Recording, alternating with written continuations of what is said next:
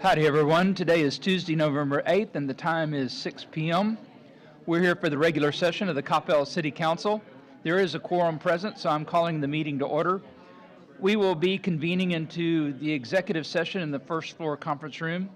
At the conclusion of executive session, I will come back out and announce that we are entering into work session, at which time the public will be invited to join us.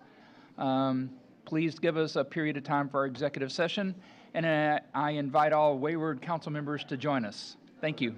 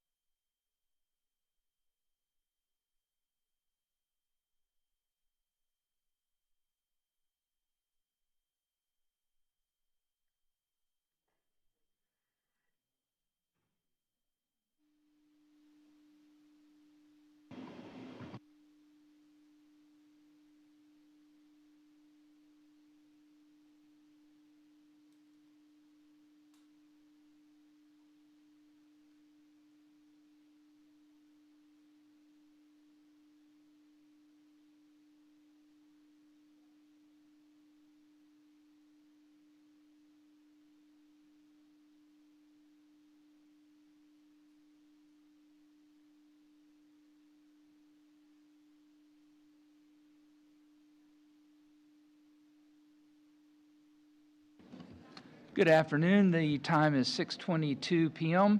We have adjourned from executive session and we're moving into work session in the first floor conference room. The public is invited to join us.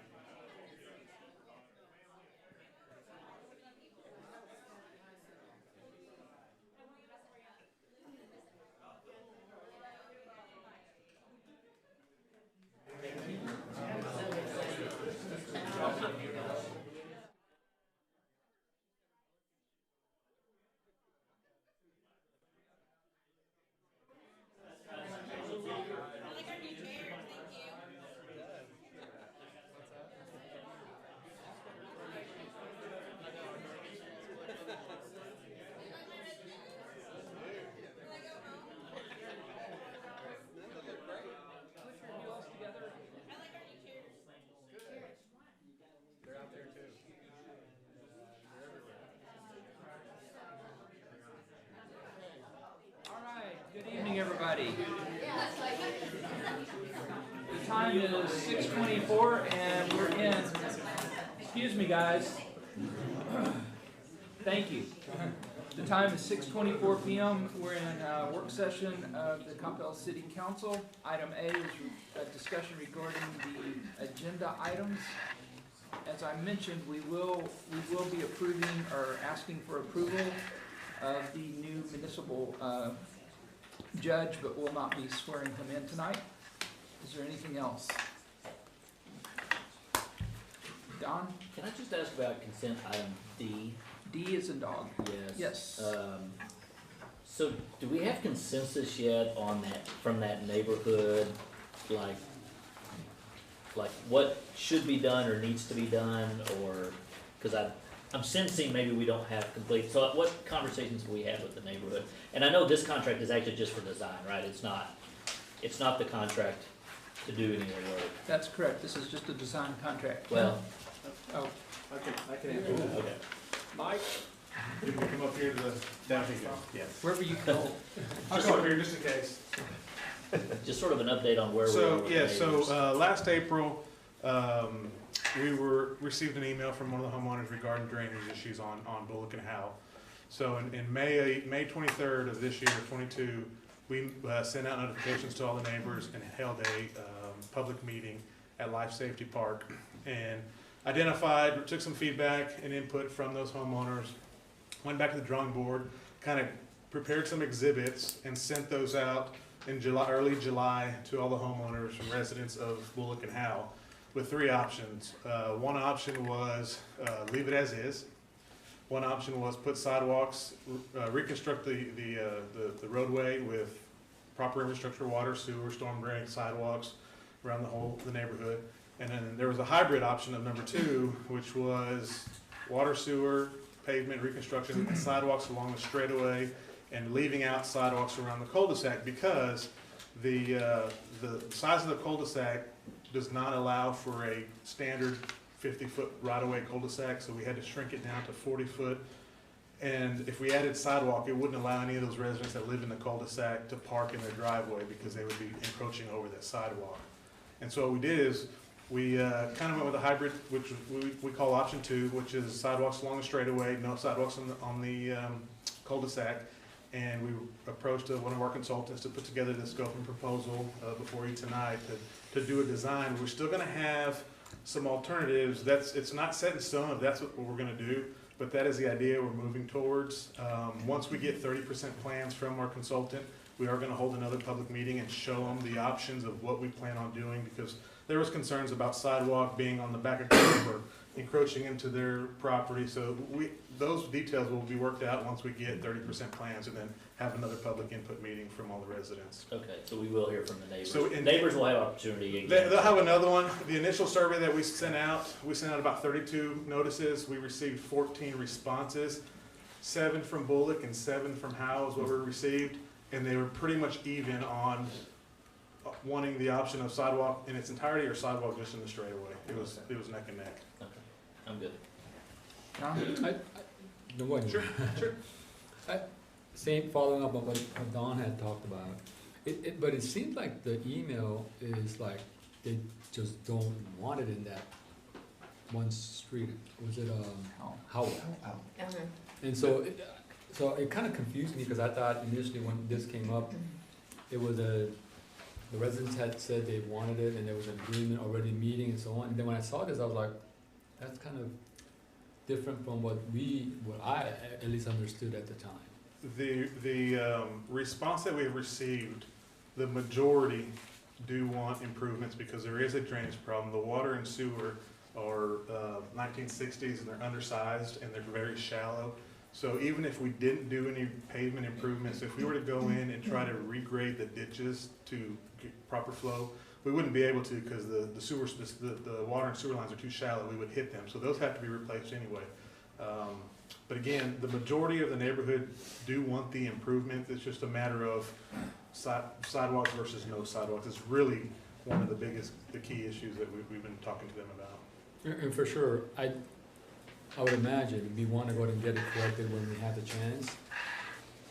I'm just wondering if this person that sent that email, is he the one that just doesn't have a problem, that's why I don't want anything done? Is that? I can't speak for what just from his email, he doesn't want sidewalks in front of his house. And he lives in the cul-de-sac, so the option that we were referencing, he would not have a sidewalk in front of his house. But he also seems like he's talking about all the other work that's going, whether it be the drainage and all that. It seems like that's. And I've received a couple emails from him mixed of he wants it, and then no, he doesn't, and he wants pavement added. So it's just a continued conversation that we're gonna have. Once we have 30% plans, we feel that we'll be able to show them more of what it can look like. Thank you for the clarification. Anything else? All right, moving on to item D, thank you very much, Mike. Discussion regarding the staffing at the Coppell Art Center, Mr. Capio.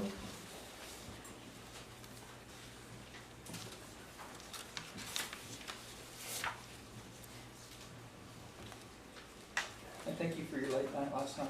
Oh, you're welcome.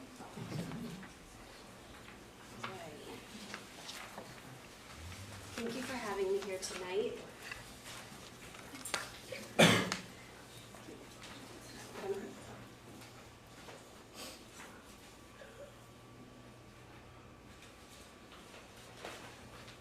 Well, thanks for having me here tonight. We're working on getting the presentation up. The reason why I'm here is I wanted to talk to you guys tonight about additional staffing to be added to the Art Center. Last time I talked to all of you guys in August, I went through how operations work and how much staff is needed to run and operate the center, and that we pretty much are at full capacity. And as a quick reminder, for our first year of usage, we did use the building 346 days out of the entire year. We do continually have a minimum operating weekly hours of 81, and last season we did a total of 166 events. The most events we've ever done in a 72-hour period was 9 events, and currently for this season, 22-23, we have 182 events booked on our calendar. So We've already increased the events from last year to this year, and now our staff is starting to see those limits. We're at capacity, and we are lacking a little bit in our quality of service that we're giving out. And right now, the need to fix that is to add additional staff and go to a more traditional setup and organizational chart for the Arts Center that is more in line with other facilities around the country and in this area. So what I would like to do is walk you through our current organizational chart, and then I'm going to walk through each sector and each department in how I would like to propose these changes. So currently, as you can see, there are 12 of us that work at the center, which equals 9.5 FTEs, 7 full-timers and 5 part-timers with benefits. The key thing with the part-timers with benefits right now is all of them work 35 hours a week and only receive part-time benefits. So the first change that I would like to propose at the Arts Center is to add an admin at the Arts Center. This person would be our first line of customer service, and they would work at our front desk Monday through Friday. Some of the things that this person would take on responsibilities for, other than being our greeter, be the person who answers our phones, so you no longer receive an auto attendant when you call the Arts Center that then disperses the number to the correct departments. You'd get a human, you would have that interaction, you would have someone that would have immediate information for you before you go on to the next person. This admin would also help the rest of the team with invoicing and payables. The next department I'm going to move to is all the way over on the right. It is the production department. We currently have 2 production supervisors, and we have 2 production coordinators that are part-time with benefits. The one key thing with a traditional art center, performing arts center, or entertainment venue is your supervisor staff normally work at planning and work at advancing all of the shows that you're buying and all of the community organizations that you're working with to plan their events. Our supervisor staff has to do that, and they have to execute every single event we do. This new proposal would take this to the level where the supervisory staff would do about 85% planning, advancing, and then the rest of the time they would work on execution. So that being said, how do I turn the supervisory staff to leading, and how do I turn the coordinators to executing the events? The first change would be taking the production coordinators that are part-time with benefits up to a full-time specialist position.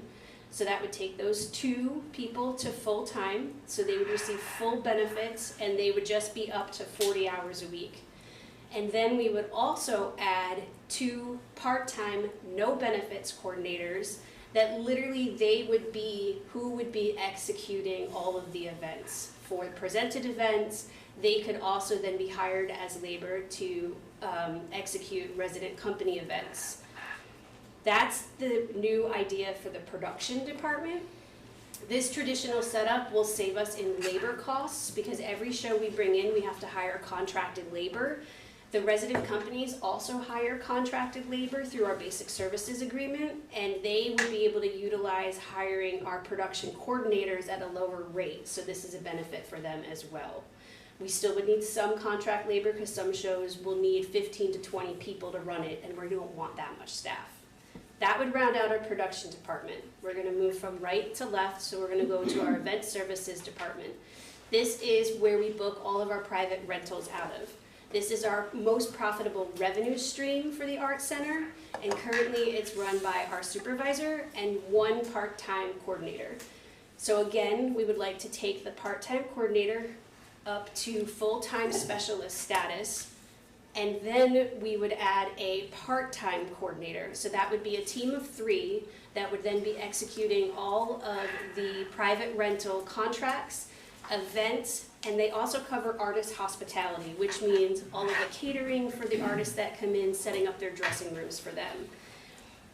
This department sometimes does utilize help from the production department in order to execute large weddings or corporate banquets and things like that.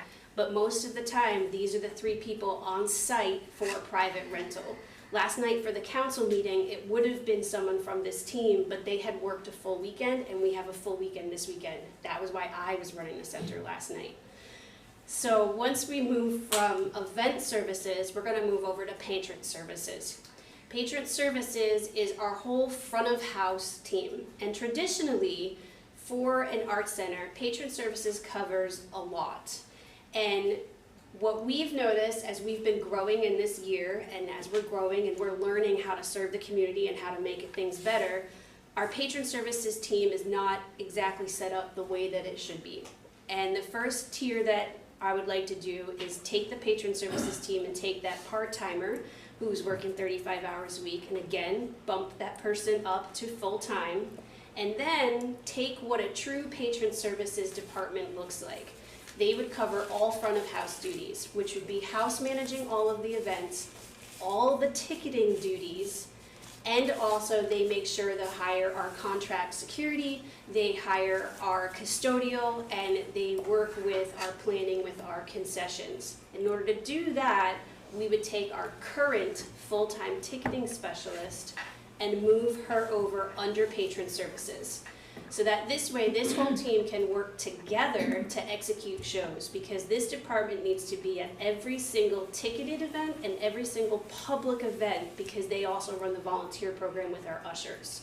So in order to cover this event and not have to get excessive in staff, by merging it together, we then just add 2 part-time coordinators that then can work as assistant house managers and as assistant box office attendants together as a united team, which would round out our patron services department to be able to cover all of the current events we have on the schedule, plus additional events that we can add because of the staffing.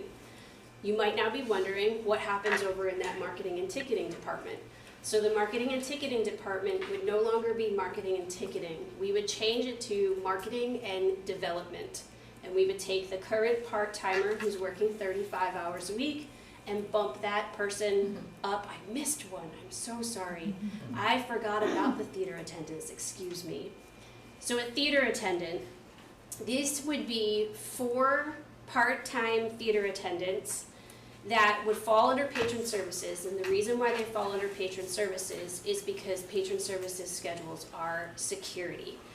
And our security vendor costs have gone up recently, and when we have rehearsals in the building, which we have 38.5 hours a week of rehearsals in the evening, all we do is hire a security guard.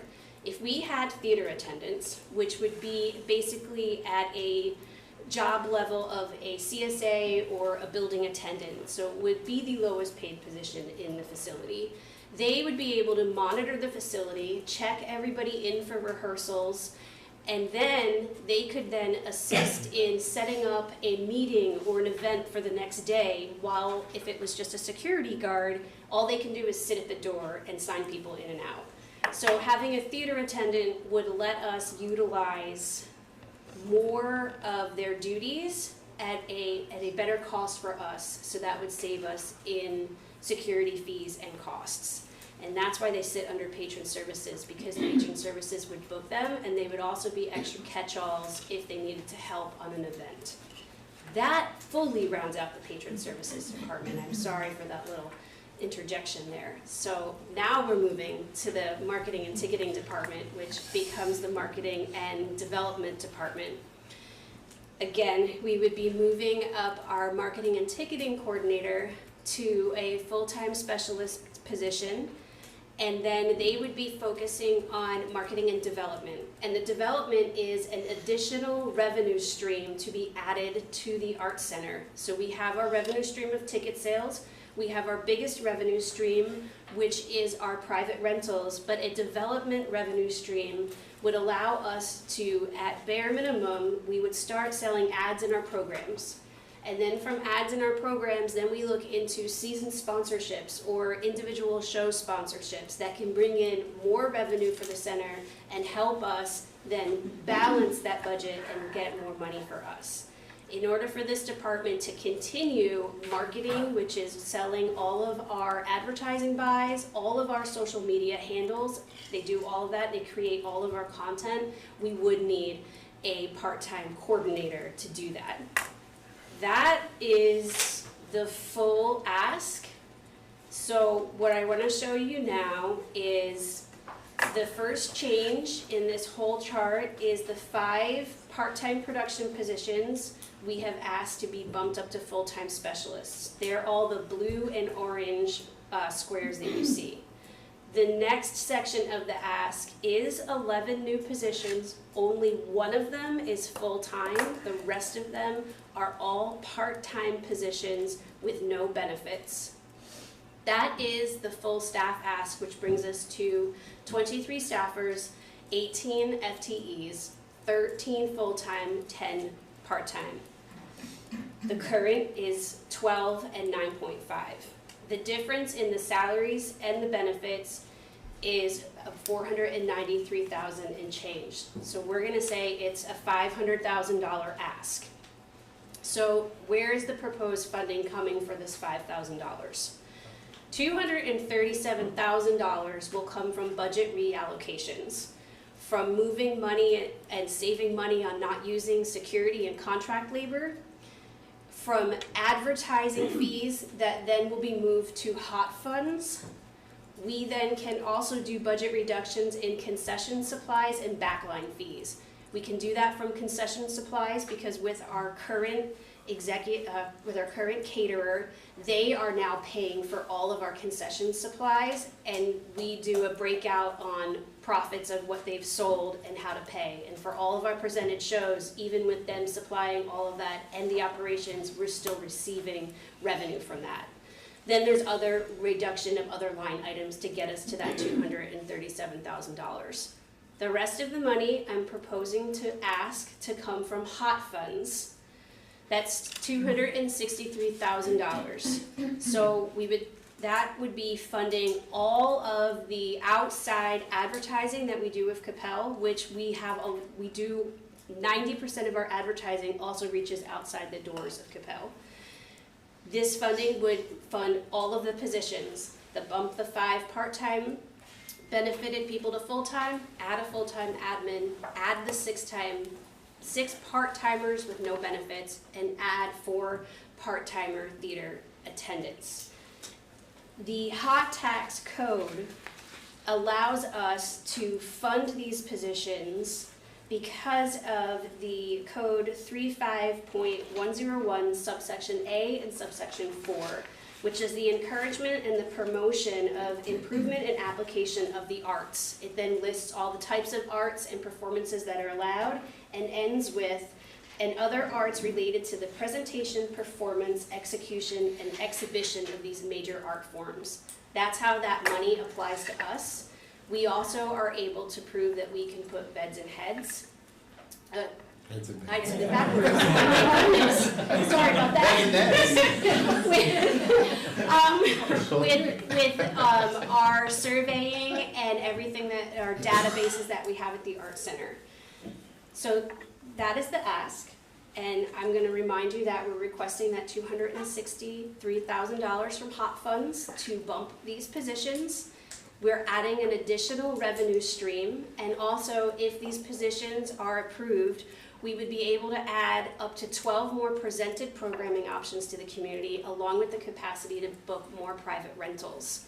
The resident companies will also benefit from this because they will receive lower labor expenses through the basic service agreement we have with them, and they would have easier access within the building during rehearsals because they are constantly dealing with our security guards, and then they would be dealing with employees that we are able to direct directly. This staffing model will really allow the Art Center to focus more on the customer experience and continue to provide the exceptional service that is expected from us, and offer the entertainment and allow the opportunity to further grow and allow our staff to not burn out with high staff turnover rates. Currently, every position at the Art Center has turned over once, and the part-time coordinator positions have all turned over at least 2 times, and one of them has turned over 5 times since we have opened. So this is my ask today, and I am ready to answer any questions. Don? I didn't raise my hand. Huh? I didn't raise my hand yet. Mark did. You were getting ready to, though. I have lots of. Mark? So you said 237,000 is a budget reallocation. So that 500,000 really isn't 500,000, right? That is correct. It's just 263. It's just, all I'm asking for is 263. I found through budget reallocation, $237,000. But when you see the staffing chart, you see that number that reaches that 500,000. So I wanted to clearly communicate where the other money would come from. Okay. Kevin? Oh, Wow. so, I guess my question is how much potential revenue would have, like, for increasing the staff, more private rentals, what does that offset look like? Potential, I know that that's a guess because of the different types and stuff, So it's a little bit of a guess. I'll tell you this much. We estimated $145,000 in rental for this year.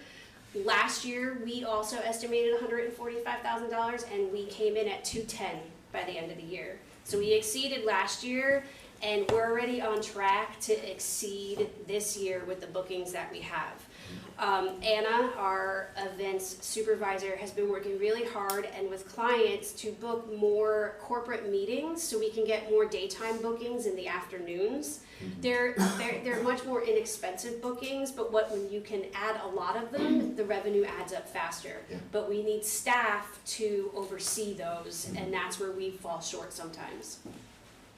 is there, and again, I'm gonna is there any, that was a great way to answer that, but do we have any guess of like, so if we commit the 260 in hot funds, what could we potentially offset that with those corporate rentals? I mean, are we looking at an extra 100,000 or something? So with the additional opportunity for rentals, I could say at minimum we could probably do another 100,000. With opening the development portion and starting that revenue stream, I would think at bare minimum we could bring in, just starting right off the bat with program ads, just minimally 20,000 a year, and that can grow exponentially faster.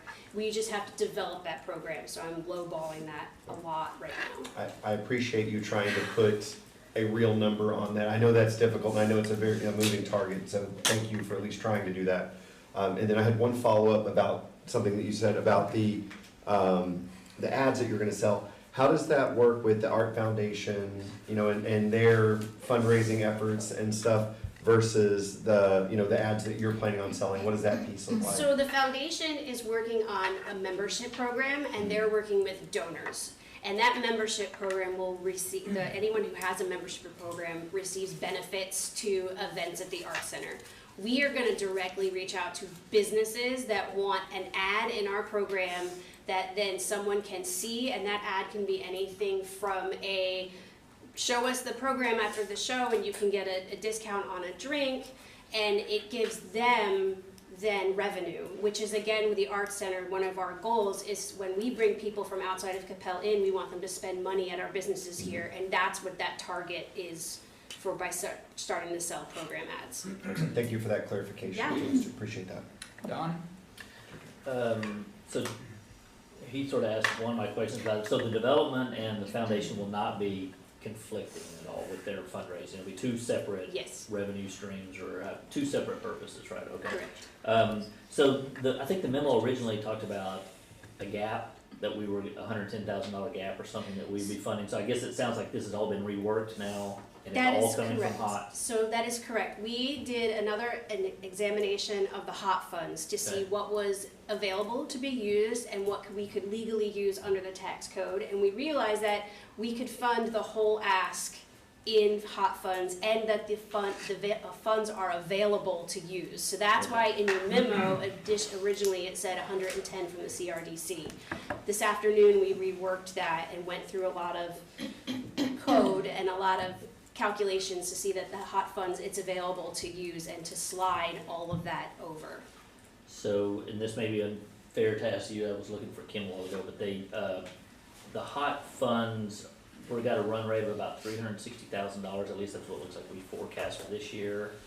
I was just curious, from a sustainability standpoint. So if, Go ahead. Okay, the revenue projections that I've seen for the hot funds, that this is sustainable Okay. going forward, because there are abatements that will start to get lifted, that it will actually make the hot fund get larger Okay. as we move forward in the current years. Okay. And I just want to clarify too, because I know Ms. Long's going to do a presentation. This is art related, arts related. Right. So it's segmented. It can only be used for these particular purposes. Okay. It's still the funds, even with the funds, should you support this, there are still funds that are in place related to the theater, the chorale, the ballet, those things. So Right. this doesn't supplant those. Sure. It's in addition to.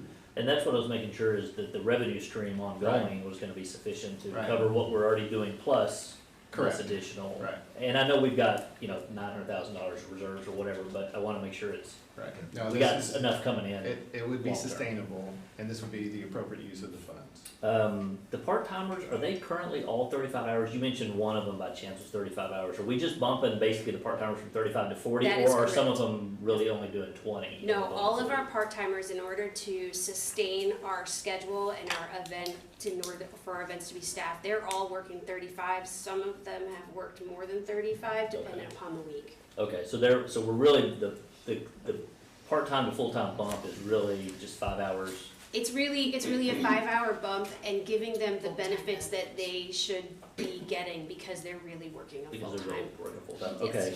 And then, so the theater attendant and security, not to get, I noticed we were gonna talk about not doing some third-party security, but Right. having these theater attendants, but will these roles be prepared to actually provide security at the location? I mean, cause I They're guess I see not- those as sort of two different things, and I understand being able to do additional things while they're there, but the security piece, will we still have sufficient security? Yes, we will still have sufficient security for all of our public events and ticketed events. When there are guests in the building, there will always be security on site. We have to have security on site when we have concessions because we have alcohol. Okay. There's no questions asked for that. But when we have a theater rehearsal from 6 to 10 and they're the only people in the building and we have to set for a corporate board meeting the next day, we could bring in a theater attendant, which is pretty much half the cost of a security guard right now for the rates we're paying, and they're able to check everyone in, and we're in the process of setting up a remote doorbell at the center so that then they can have the remote doorbell with them and then leave a radio with the rehearsal so that if they need anything, just say, hey, can you come to the Wilson Theater? And they'll stop what they're doing and come over. Whereas right now, if the resident company's in the building and they realize that they need an extra table or they need something extra and the door is locked or they don't know where it is, the security guard cannot help them. They're on their own. So that usually means a phone call to me or a phone call to one of my supervisors, and occasionally one of us has to drive to the center in order to help them. This would alleviate that and make their use of the building a little bit easier and make it cost effective for us. And this is a little bit of a tangent, but when we're not having a show there and we just have rehearsal, like for example, rehearsal, and so we just have a few people plus an attendant, do we have sufficient security, I guess, if we only have that attendant? I mean, I guess I feel like there's still people in the building, and so we still need to have, I guess, a security presence. We feel like we will still have a good security presence? I think because we have 24-hour monitored cameras that are Okay. able to be recorded, that we Yep. will have the security present. Just for speaking, the Corps doesn't have an around-the-clock security guard, and Yeah. other theaters in the area, the Eisman Center and the Irving Arts Center, they don't have around-the-clock security either. They have event security, and that's what they pay Okay. for. Initially, it was set up for the security to work all those rehearsals at night because it would eat up all of our staff hours. We wouldn't be able to utilize them to do anything else except work evening rehearsals. Okay. And at that time, the security contract hourly rate was lower than our coordinators. It is now higher. So Okay. we're trying to find a way to better utilize the time and the money. Okay, that makes sense. Mayor, I'm supportive of what she's proposed here, so. Brianna? The current part-timers have benefits. Why are you proposing part-timers without benefits? Because they're part-timers with benefits, so they're half benefits. They do Right. not receive the full Right, the full benefits. But these, you're telling me, won't have any part-time benefits? Oh, these part-time, yes, because they would be true part-time positions that would work only to a max of 20 hours a week. Okay, And these positions are really the people that are executing these events and doing these events. okay. And some of these people will part-time at other venues in the city. That's what they do. They jump back and forth. And they would be the very entry-level jobs at the Art Center. So they would not be working the 35 hours? No, that we're doing? they would not. None of them would? Yeah. Okay. Jessica, this may be a question for you, I'm not sure. I'm trying to think of the senior center. Because there was a time that I remember staffing up the senior center to be able to accommodate all the event planning and everything. So is the senior center still being utilized to that capacity, or have we seen a decrease as we start to ramp up like daytime meetings here? I'm trying to figure out whether there's any staff that we can leverage from the senior center. Sure, so right at this time, the answer to that is no, just since we're really tight at the senior center. But since the art center opened, we have not seen the demand for rentals and reservations at the senior center decrease in any way. In fact, Janine and Callie, the manager of the senior center, partner together. If somebody inquires about a rental at the art center and it might be maybe not in the budget, she then refers them to Callie over the senior center, and then they Okay. typically book with Callie. So it really is like a nice partnership that we have between all of our rentable and reservable spaces in town, where all the managers Perfect. will work together and refer those clients onto other. Okay, perfect. Just wanted to make sure that we were, which I presumed y'all were, is maximizing. Yes. Right, because I've seen this story before from the Right. senior center, so I just wanted to make sure. And then I guess the other thing is, I noticed you wanna add 2 production coordinator part-timers while also still trying to fill this full-time production specialist. Are you closed at all by any chance on that The- full-time position? That position just became vacant, so Okay. we were actually holding that position until after I spoke with you tonight, Okay, because it would be easier to fill with a more qualified person if it was offered as a full-time full-time as well, specialist part-time, position. okay. That's all I have. Thank you. Issue? Yeah, thank you, Janine, for Yeah. the presentation. So last time you updated us on August 30th. So in 35 days, what changed to ask for 10 more positions? We started as a team to sit down and go over our roles, our responsibilities, and the amount of events that we have at the center. And also how we are going to be able to continually serve the community in a fashion that they expect from us. We have had a few slip-ups. We've had a few patrons that we've not been able to answer for rental questions in a amount of time that I find acceptable for the service that we need to provide. We have had a few mishaps backstage where we've been unable to fill calls. Just this past weekend, we were unable to fill a labor call, and I had to take the whole day to work backstage because it didn't happen. And also, if we have someone who gets sick, we're very short-staffed, we're very short-handed, and it immediately affects the service that's given to the community and the service that's given to the resident companies. And it's important for the team to feel confident that we can provide the service that needs to be provided, but that the team also feels supported and they have the support of the organization, that they can not have to work 50 hours a week, 6 days a week, continually to keep the center at just where we are right now. Right now, where we are with that 182 events, majority of the full-time staff works 6 days a week. It can only be continued so long before they will all burn out and quit. And then we have to start all over again, and that's a lot of time and a lot of money for onboarding. And if we're going to try to grow in a sense of adding more events, more presented shows, or facilitate helping the resident companies grow their businesses, we are unable to do that at this time with the current staffing levels. We would need to expand our staffing levels in order to better ourselves and better the Art Center for the community. So the follow-up question is, if you had known these kind of issues earlier in August, we had more time to discuss during the budget season. None of these issues were presented to us. At the meeting on August 30th that you specifically referenced, in her presentation, she said she would be coming back to the council to specifically ask for staff. She did say that. Yep.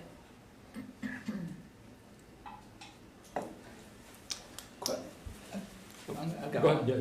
So at the beginning, you said you were gonna be hiring an executive assistant or an assistant, and that person would be manning the front desk, 5 days a week. Would that be Tuesday through Saturday or Monday through Friday? Would we be expanding the opening to Monday? So that's something that we'd have to explore if the position was approved, because if the position was approved, we could explore that to be a Tuesday through Saturday, which is our opening hours. We could also look at making it a Monday through Friday position, because there are some staffers that come in on Monday to do admin work, so there would be more than one person in the building, and then there would be the opportunity to have open building hours to view the art. Technically, if someone wants to book a rental on Monday, we never say no. We book it, we're there. It's just about, are the doors unlocked if someone wants to come in and look at the art and sit at a table and use the Wi-Fi. Technically, right now on Mondays, that is not happening. We can make that happen if we have the adequate amount of staff. Okay, thank you very much. I didn't even, I knew that you were closed on Monday. I mean, I knew administratively that you were closed on Monday, and I had a friend of mine in town on Monday. I said, let's go look at the art center, and we walked up to the door, it was closed. It's like, oh, I knew that, but it just didn't dawn on me. Talk about a little bit, she and I talked last night after our joint meeting. Talk about the number of hotel rooms that just the simple little program over the weekend brought into town. Sure thing. So every show that we bring in, we have to contract to house them somewhere and put them in hotels. Spamilton came in, and we were contracted to pay for 22 hotel room nights for them. They actually extended their stay, and I believe the total room nights that they did was 30. So they were in Coppell for 3 days. And before every tour comes in, we provide them with a packet of information about our city, where our local hospitals are, our doctors are, our parks are, where all the local restaurants are, fun things for them to do while they're here, and then other activities that are outside the DFW area. We also include just a couple car companies in case they don't want to Uber. But all of that information gets sent to the tour manager before they arrive, so that if they're here and they're here for more than one day, they have the opportunity to go out and explore Coppell and explore and spend money in our restaurants and stay in our hotels. And according to the hot tax law, any hotel night for an artist or a guest counts towards the hot funds. So every room we book goes back to the counting towards putting, I'm going to try to say it right this time, heads in beds. I remember my other question now. Yeah. We had 346 days of utilization last year with 166 shows. You're going to be going up to 182 this next year. How many days do you expect to be in operation? I have not done that calculation yet off the top of my head, but it's going to be pretty close to that 364. What we've started to actually do at the center more now is stack events. So when I talked about 9 events in 72 hours, that means there was a main hall show Saturday, 2 shows on Saturday, 1 show on Sunday. There was a Wilson Theater Coppell show on Friday, Saturday, Sunday. There was a class make and take event, and there was 2 private rentals. So that meant the reception hall, the main hall, and the Wilson Theater were all spinning at the same time for 3 days straight, and we had to turn and burn all of those events.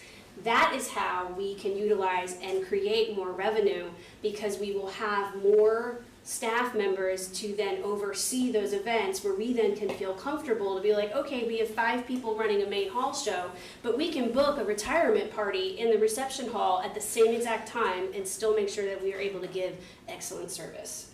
Thank you. John? Trying to make sure I get this right. I think you talked about you're asking for 263,000 from hot fund. And if I remember correctly, you said from what you currently have, the programs that, or the rentals that you, additional that you think you can bring in, that would make up about 100,000, you said? At bare minimum, yes. Okay, so with the staff, what is, I know it's, Kevin talked about it, the number is kind of hard, but if we were with the staff, I'm guessing this is sufficient to go at it for the, you know, full, if they had a full reservation and so forth. What are we looking at if we had maximized the use of Coppell Art Center? I'm going to compare this to a couple other venues around here. So we want to maximize the use of the center, and we want our staff to be sufficient enough to maximize that. I'm going to first compare us to the Eisman Center. Okay. They have 2 theaters, one with 1,500 seats and one with 395 seats. They have a total department staff of 36, and they turn 200 events a year. So that our staff would still be under that number, and I think we could easily go above 200. The Irving Arts Center, which is a little bit different of a business model because they fully support the artistic production of their resident companies. We do not, that's different. They have 62 staff members, 41 of them are part-time. We will never get to that because we're not artistically producing things. But they do, their uptick of events is higher. Their event numbers are more in the 300 to 500 range. So our center, our 33,000 square foot center, we could very easily go over 200, maybe up to 250. We have to see as we grow. It's about planning these events and how can we layer them on top of each other in the building at the same time and not make anyone else's experiences not enjoyable. And then utilizing the time with the staff to execute the events and upkeep the maintenance of the building and make sure that all of the equipment is up to the safety standards and the building is all the time ready and safe, because that is another whole layer of the job that the supervisors all have to do on top of executing the events. So did I hear you correctly that with these additional staff, that you could probably go up to, what is it, 252 event without Yes. putting a strain on them? Or is that? No, I believe, yes, we could reach up to 250. We're already at 182 at the current staff. There's already money, I have money put aside to add an additional 12 presented events. And those 12 presented events could have more than 1 or 2 shows. So that's already tipped us over 200. And now we're just talking about what other kind of events and rentals can we book. And this staff would allow us to open up our weekdays more for private rentals, which weekday private rentals are normally corporate meetings and retreats, and they are easier to execute than a retirement party or a wedding. So that's what we're trying to bank on, and we're trying to move in that direction. And if we were to hit 250 and over, is that the time where you might be coming back to us with additional requests, or what number are we looking at? So at this time, I can see this staffing model sustain the Art Center for 3 to 5 years, in a sense of this should service the size of the building and the capacity of what we can book in the center. Until there is a shift in the way the resident companies do their shows and the type of presented shows we come in, we're limited to our 33,000 square foot building. I don't see a need past this, because if we're in a jam, that's where we call our contract labor company, and we have them come and help if we need 2 or 3 extra people. But this model will allow us to cover all of these events and have our staff be the point person with the clients. We would never leave a client just with a contracted labor person that doesn't know the ins and the outs of the building. So I do not foresee a large staffing ask for a while, because this is a large staffing ask to make a difference.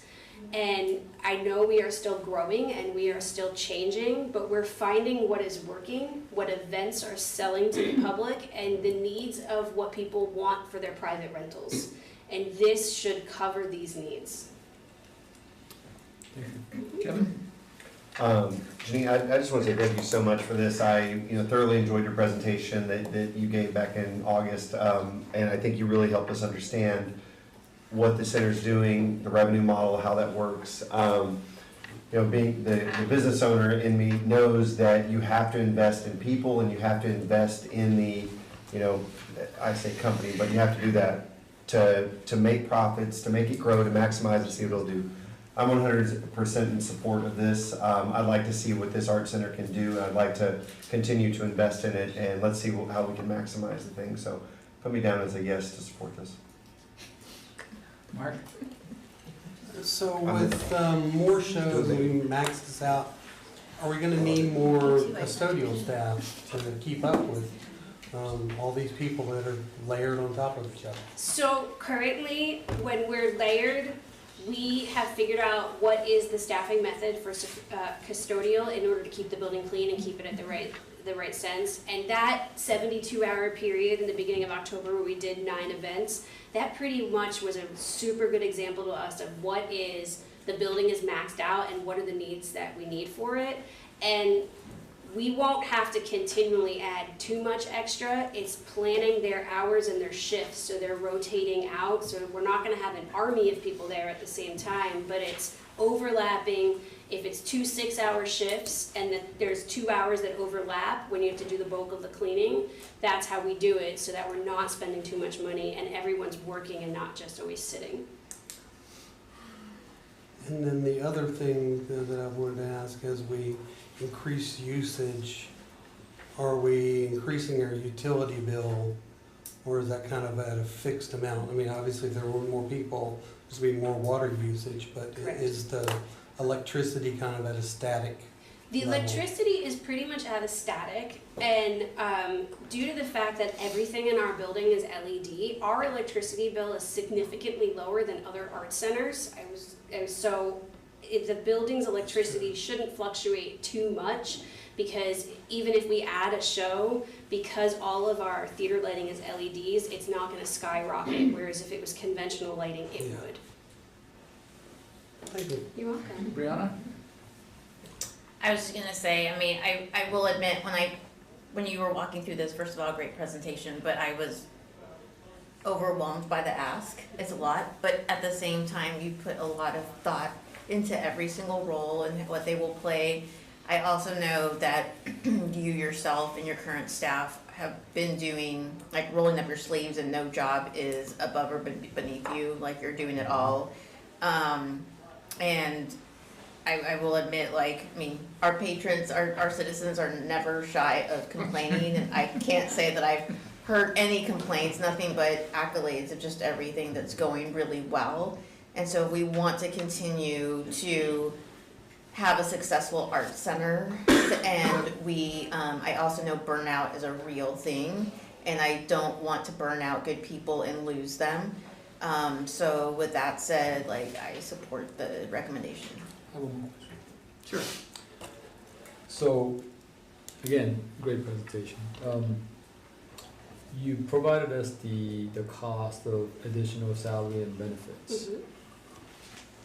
What fixed costs is there increase from fixed costs as to maximizing from where, similar to what Mark had asked? What is the current number of other fixed costs, and what would it be once we add the staff and increase the services to let's say up to 250? So within our current budget, there is money there to add the 12 additional presented programs and all the expenses that go along with it that was not taken out for those budget reallocations for this staffing ask. I wanted to make sure that if I was going to be granted this request, that I had the funds within the budget to cover all of this additional programming. So right now, with the current budget that we have, the money is there to add the programming, and then the thing that we will save is with the additional staff, we're not gonna run into people going into overtime, so we'll save on some overtime costs. And we have a budget for our security for events and for custodial for events, and I worked with my team to factor in. I said, hey, if we're gonna do another 60 events per year, what are those costs gonna be?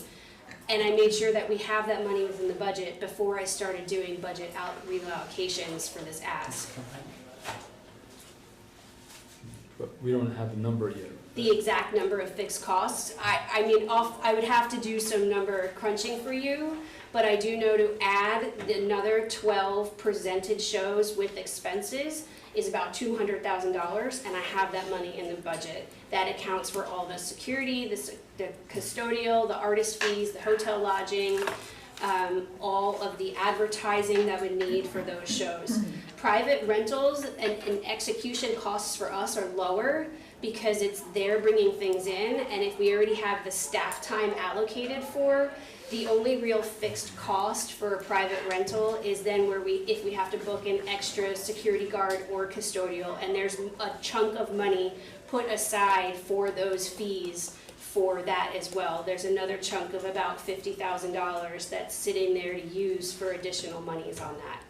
Most of this part-time coordinator staff would not need an office, would not need a desk, and would not need a computer. So we actually do not need to buy new equipment for majority of this ask, because all of the part-time coordinators currently that we're asking to make full-time have workstations. And there's an available workstation for the admin already, so those would not be extra costs that we would need to incur. Thank you. You're welcome. Anybody else? Is everybody in favor of going forward with her proposal?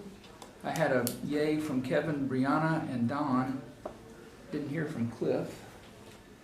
We spent a lot of money on a facility over there, so we might as well use it. Well, and I also, when this was starting up, we knew that there were going to be changes in the program as we went forward, especially in the first few years. And I just see this evolutionary growth of the program in a very positive way. So I don't vote, but I'm supportive. Mark, what you feel? I'm supportive as well. You know, we changed the program of this building and added that space specifically to generate money. And if we can't be fully staffed to be able to turn that over and utilize it, 6 days a week and however many hours a day, then we've just spent that money unnecessarily. So I think we need to support it. Thank you. Bijou, the CRDC is the funding source for all this, employee salaries and benefits. We have a lawsuit filed with the Texas state for sales tax revenues. So I'm a little concerned with our future sales tax revenue coming into the city, which we are funding the Art Center employees and benefits. So I still have to think about this. Well, remember that she's already shown that this is coming out of the hot taxes. Well, and we're currently operating at the reduced level anyway. Only this year's budget. Going forward, we will have a new budget next year, and the employee salaries and benefits still going to come out of CRDC funding. Well, the hot funding will still be available for us. Let's see. John, what's your thoughts? Great presentation. I mean, you made it pretty clear. I'm just having a hard time with such a big jump on the staff. Again, I understand we don't want to strain our staff, and I get it. Even with the staff, I'm just concerned whether we're going to get to the level where our center is almost self-sufficient. And this is another fixed cost, and a huge fixed cost that I'm kind of concerned too. Obviously, I want it to work well, and I want it to run, you say, give the best services. That's for sure. But again, it's a huge jump in staff. I walked in here not thinking this is the amount that's going to be presented, and so I'm having a hard time digesting it at this time. And That's where I am right It's a lot to process. now. It is, and again, it's because, I mean, I want the art center to do well, but I also see the concern as to additional staff, fixed costs, 1.3 from 800. And I get it, it's coming from some hot tax funds, but again, it is in the long run, it is a fixed cost that, but especially with the benefits and salaries. And from my understanding is, even if we were to max out the usage of the art center, that the most that we would actually recoup at most was 75%, and that we would have to eat that, the rest of the cost. That's what I had the impression on. And with this, I just don't know how much, when times are good, great. But when it's not, if we're not able to hit that 250, we're having to make up a lot of that at that point. So that's really my concern. Don? I was just gonna say, I have a lot of some of the same concerns about just from a cost standpoint, that's why I asked about some of the sustainability. I always have to take a step back and sort of think, the fact is, especially when you come to quality of life amenities, I mean, let's ignore public safety for a second, but nothing's really self-sustaining in the city. So everything gets paid from some revenue source that's, usually not fees. I mean, we certainly employ, I don't know what the number is, but we employ a lot of people with the park system. And the community benefits from this huge park system we have and everything. And it's not self-sustaining either. And so I always have to remind myself, this is a quality of life amenity we have here, and we have revenue sources that can fund this. And if at some point, to Bijou's point, if at some point we don't, we will be readdressing, just like what happened 3 years ago or 4 years ago, we will be readdressing probably not just the art center, it would be any number of things we would have to be readdressing. So, getting out of my business mode, sometimes I have to remind myself that nothing's really self-sustaining. I mean, No, it's sure, I it get comes it. from other revenue Sure, I get it, it's sources, just so. it's a big chunk, Sure. and that's, Yeah, and that's my big thing, is making sure we have ongoing, we're not just using up a fund balance somewhere. This is like, there's a recurring, right. stream that can support this, and that's what I want to always make sure of, so. And I know you're doing really great, and I don't want, and again, it's just. So, I know. I was like that too as I looked at it, but, we also want to be successful, and I'm talking out of turn, just sort of like, the fact that they're using our hotels, I remember when we didn't have a hotel, and like, now it's all the pieces are just fitting together. None of us can predict the future, and the reality is that anything can change. And I would think that you would be comfortable coming back to us and saying, you know what, I've got to make some changes depending on whatever it might be along the way, up or down. All right. My takeaway is that we have a green light to move forward. What will happen is that she will start working on the jobs descriptions, I guess, really, to start moving forward with some of the hiring. And what we'll do with finance, like we've done in the past, is we'll bring a budget amendment, and that's where this will be identified through that process. So that's how we'll move forward. And even under this premise, it's still probably late December, January before you even start getting some people. That is correct. We were not banking until January, February. Right. Okay. All right, thanks, everybody. Thank you very much. So, yes, sir. Stuck my finger out there, and that really. I know, I saw it.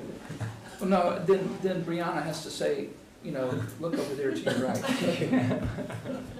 No, just a comment, having spent most of my adult life in the financial area, number one, salaries are not fixed cost. I mean, the salaries can go up, salaries can go down, people can be terminated. So there's room there if we have problems along the way. This doesn't include the revenue. The revenue is gonna be generated, and I'm assuming that if we're gonna hire more people, that, as you have said this evening, we are going to have more revenue. And so we're not in a, we're looking at expenses here. There's a revenue side of this thing, and so I think I'm excited about the fact that, I would like to see us, our whole purpose is to cover more of our expenses. And so you're saying, I need these expenses, well, to me, that means there's gonna be more revenue, and not just cover those expenses, but to exceed that. And, I mean, in these situations that I've been in, where these kind of situations are, or these decisions are made, that's the way it is, whether it's the company or department. And so, I think you've done a great job. I think that you'll be able to pull this off, and you'll be able to retain the people that you have. Thank you. Thank you. All right, we've got 3 items left on the work session, but it is 7:27 right now, so we're gonna recess from work session, and we will start in regular session of the City Council at 7:35. And we will meet back here after City Council to handle the other 3 items.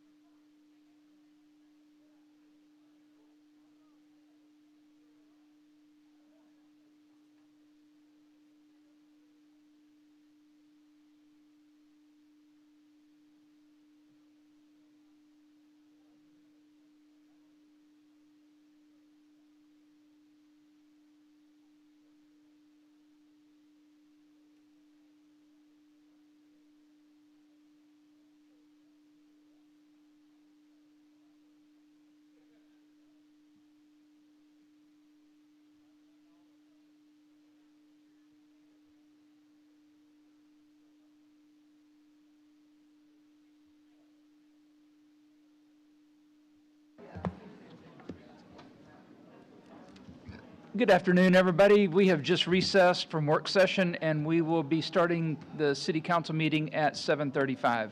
Thank you very much.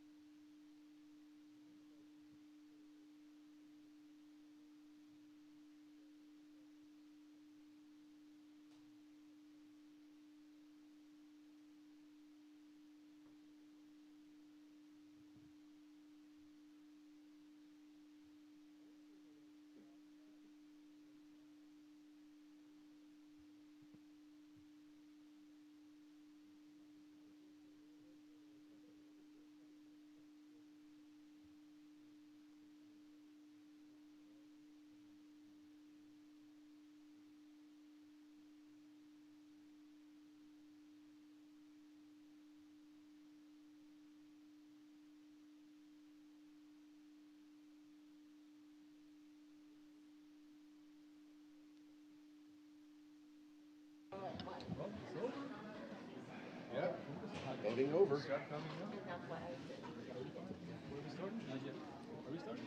7:35 is what he said. He's probably trying to wrangle everybody. I think we're here. Good afternoon, everybody. The time is 7:35 p.m. We will move into regular session of the Coppell City Council.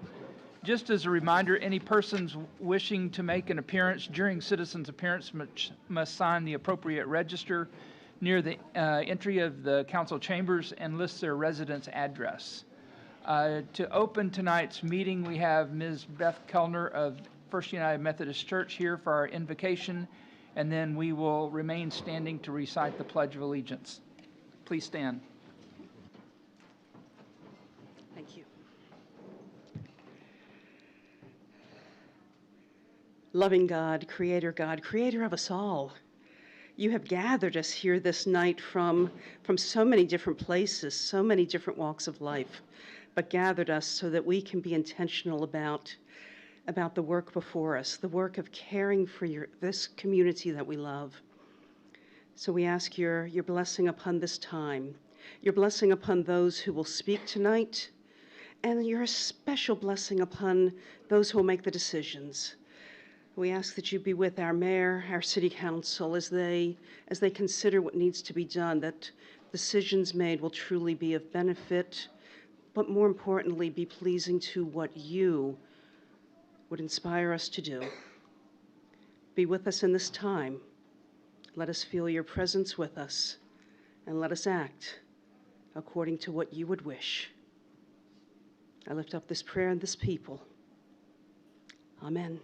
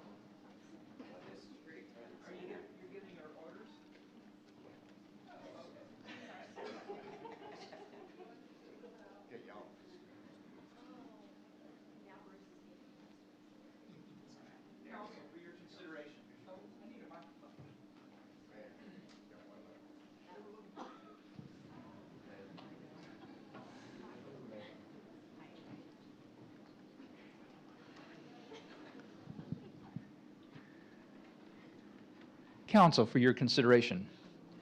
Whereas municipal courts play an essential role in preserving public safety, deterring future criminal behavior, and protecting the quality of life for Coppell residents and all citizens of the state of Texas, and whereas more citizens have an encounter with municipal courts than all other types of Texas courts combined, and the administration of justice in the municipal courts has a substantial influence in shaping the public's impression of the Texas judicial system, and whereas Texas Senate Bill number 1924 established the City of Coppell's municipal court as a court of record in 1997, and which authorized a municipality to either appoint or elect a municipal judge for a term of office. The Coppell Municipal Court is a Texas state court, and its judges are members of the state of Texas judiciary. And whereas Coppell municipal judges who pledge to be impartial and who also serve as magistrates for the state of Texas work diligently to ensure fair administration of justice and to enforce procedural safeguards for all defendants, including indigent defendants, and whereas the City of Coppell is committed to the principles that an independent, fair, and competent judiciary will properly interpret and apply the law, and that its judges and court personnel should adhere to the law and conduct themselves in a way which promotes public confidence in the judiciary. Now, therefore, I, Wes Mays, Mayor of the City of Coppell, and on behalf of the City Council, do hereby proclaim the week of November 7th through 11th, 2022 as Municipal Court Week. and commend all those associated with the Coppell Municipal Court for their exemplary dedication to the city of Coppell. In witness thereof, I set my hand and cause the seal of Coppell to be affixed this 8th day of November, 2022. Councilmember Hinojosa Smith. Thank you, Mayor. I move to approve a proclamation naming the week of November 7th through 11th, 2022 as Municipal Court Week and authorizing the mayor to sign. Thank you. I have a second from Councilmember Long. All in favor? Long and Hinojosa Smith, Carol Nevels, John Matthew Hill, all in favor, not opposed. The motion Thank you very carries. much. Judge, would you have a little something to say here? Thank you, Mayor. Just would like to say on behalf to the council, mayor, city manager, other city staff, on behalf of the entire court staff, we would just like to say that we appreciate the city of Coppell recognizing its court and all of the hard work and dedication that the court staff and our marshals and our associate judges put in on a day-to-day basis.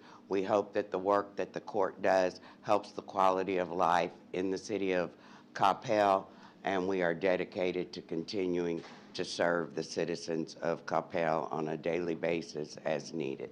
Thank you all. Thank you, and I believe you sort of have a little open house going on this week. We do have an open house from the 7th. Started yesterday, as a matter of fact. Of course, it's been raining the last 2 days, and we had voting today, but we're hoping that you'll stop by if you have some time. We have some materials out on our table, some goodies for adults and children alike. We even have coloring books for the younger ones and different types of pamphlets dealing with the types of offenses that the court hears. And we'll be having court tomorrow and court on Thursday afternoon. So if anyone has the time in their busy schedule to come by, we are love to have you come by and see how the court actually works, take a tour of the court, and speak with our marshals. Will actually be having an event on Friday morning from 9 to 11. Thank you, Mayor. Thank you. I believe you're in session tomorrow from 9 to 11 in the morning and from 1:30 to 3 p.m. in the afternoon. That's correct. And the same hours on Thursday afternoon, 1:30 to 3. Yes. All right. Well, thank you very much for your service, and we certainly appreciate what you do. Yes, Councilmember Hinojosa Smith. I just want to say thank you. Like I not too long ago had jury duty in our court, and I just want to say like what a friendly, well-oiled machine we have there, just operationally, and just the staff. Everybody was very welcoming. I actually heard other people that were there serving their jury duty in the room as we waited, saying like, "Gosh, everybody's so nice," or like the bailiff just offered me a pen, or whatever it was, right? Like this isn't what we experience in other jury duties, and people who, like, a lot of times it was their first time serving in our court, and so just hearing those comments just made it a pleasant experience when sometimes people don't necessarily want to do that. But just want to say thank you for all that you do, and I'm glad that we had an opportunity to recognize Municipal Court Week.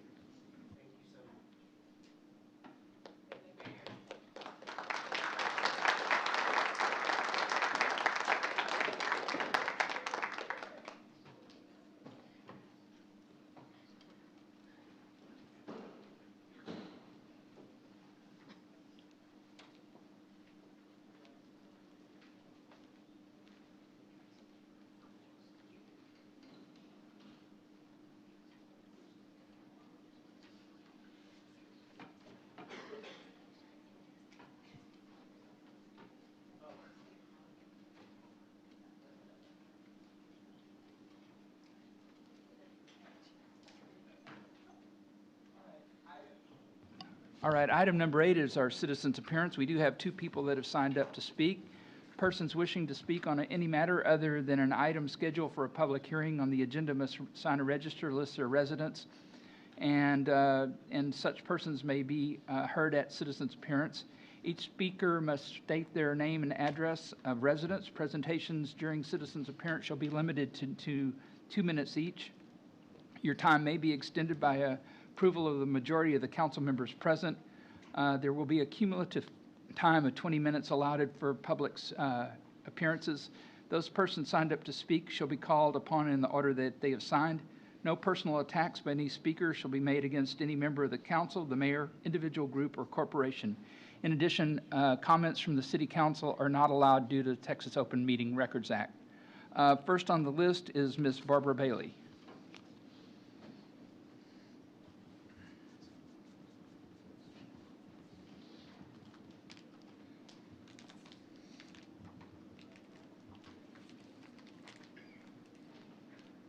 Hi, Barbara Bailey, 232 Plantation Drive.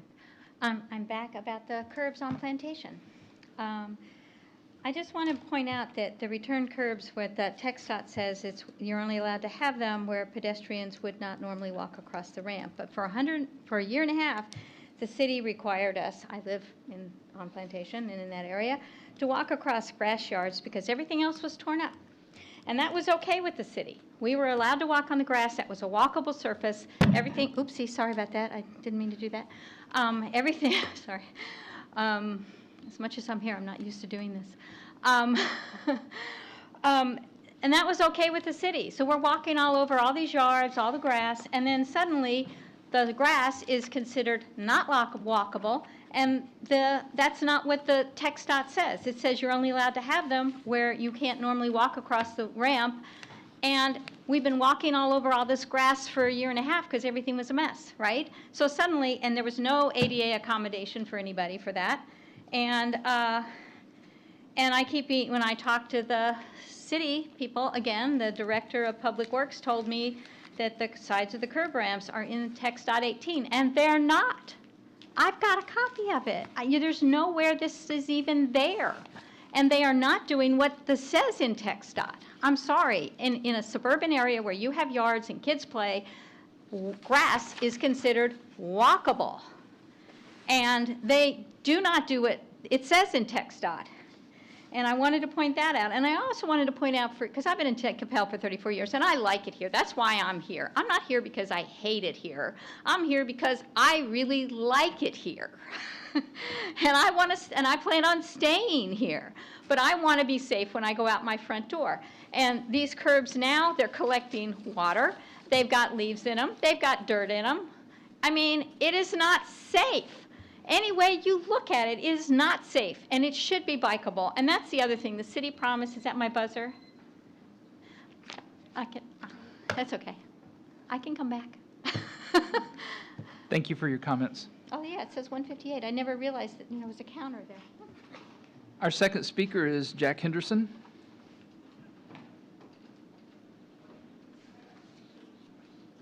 Thank you very much for coming. Please state your name and address for the record. Good evening to the mayor, Mayor Pro Tem, council members, and to our city manager.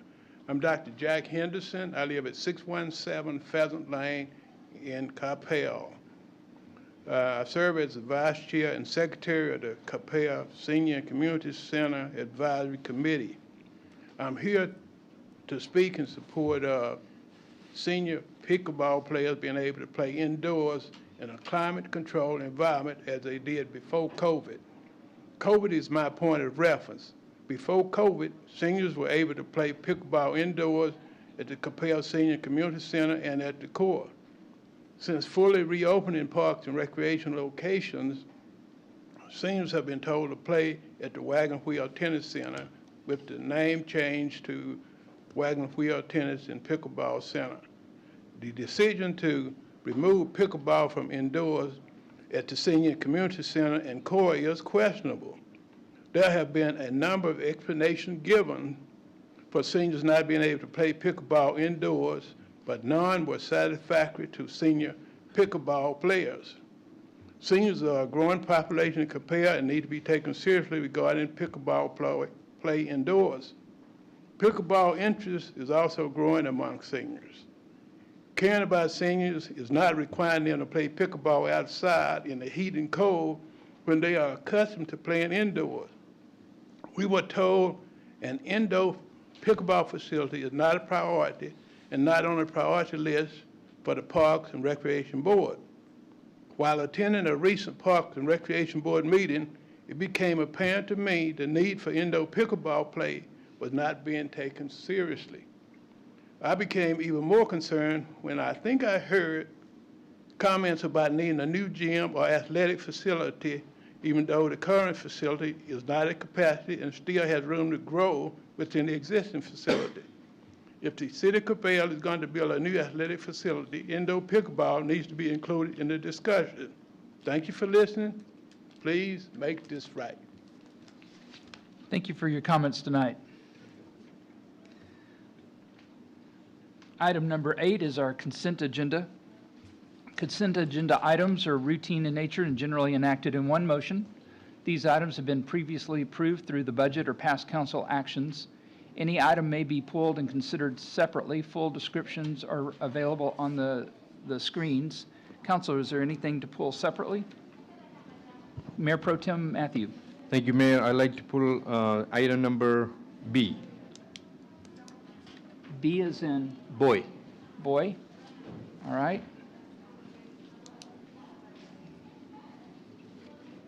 Yes. Any other items? All right. I will entertain a motion for items A and C through G. Councilmember Nevels. Thank you, Mayor. I move to approve consent agenda items A and C through G. Second by Councilmember Carroll. All in favor? Long and Hosa Smith, Carol Nevels, John Matthew Hill, all in favor, none opposed, the motion carries. Okay, item 9B is consider approval of the boards and commissions. This was actually going to be part of our discussion at work session, so I'll ask Ms. Owens to make her presentation that we didn't get to hear earlier. Thank you, Mayor and Council. It wasn't so much a presentation as wanting to discuss anything that you had questions about concerning the list that was attached to this packet. So I'll be happy to answer any questions. So as I reviewed the list, there were no discrepancies or nothing that we needed to negotiate or alternates to find. Everyone picked their proposed members correctly. Mayor Pro Tem, did you have a? Yeah, thank you, Mayor. This is a point that we've been discussing for some time, especially for the CRDC, the Coppell Recreational Development Corporation. We have two mayor and council member is serving on that board. So I'm at the opinion we should give the opportunity to the resident for that positions. So that's the point that I want to discuss today. I'm not sure how other council members feels about that idea. We discussed in number of times in the past. And we are where we are from previous discussions. Councilmember Hill. Yeah, I'd like to say I agree with Mayor Pro Tem Matthew. I believe that it should be an all-citizen board. We have plenty of people who are willing to serve. Nothing against the council members that are on it, but I think we just need to open up that opportunity for more citizens. I'm going to take the lead on that one. I find that having two council members at least be able to represent the intent of the items and give history to the CRDC has been invaluable in our interactions. A lot of times we're there to answer questions that are not able to be answered otherwise. So I don't know, maybe Councilmember Long would like to contribute there. I agree with what you're saying. I'm not really hip on the responsibilities that we have, but I think it's appropriate that we be there because if it's a local corporation, it's in the charter or it's in the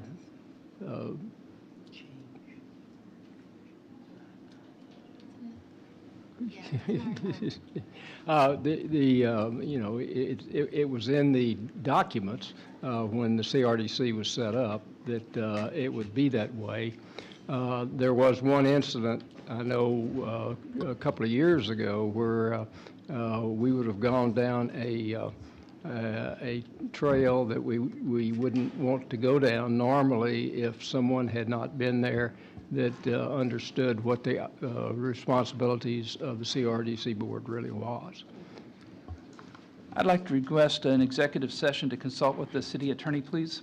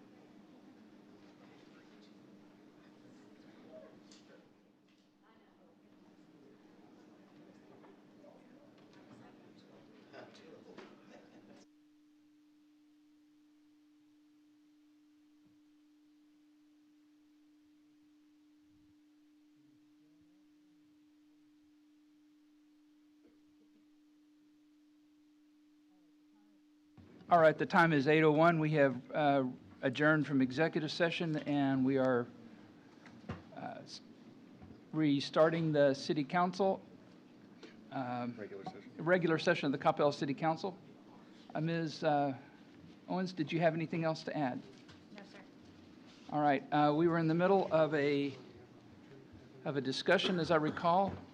Under the advice of attorney, we would have to take any changes to the constituent members up separately.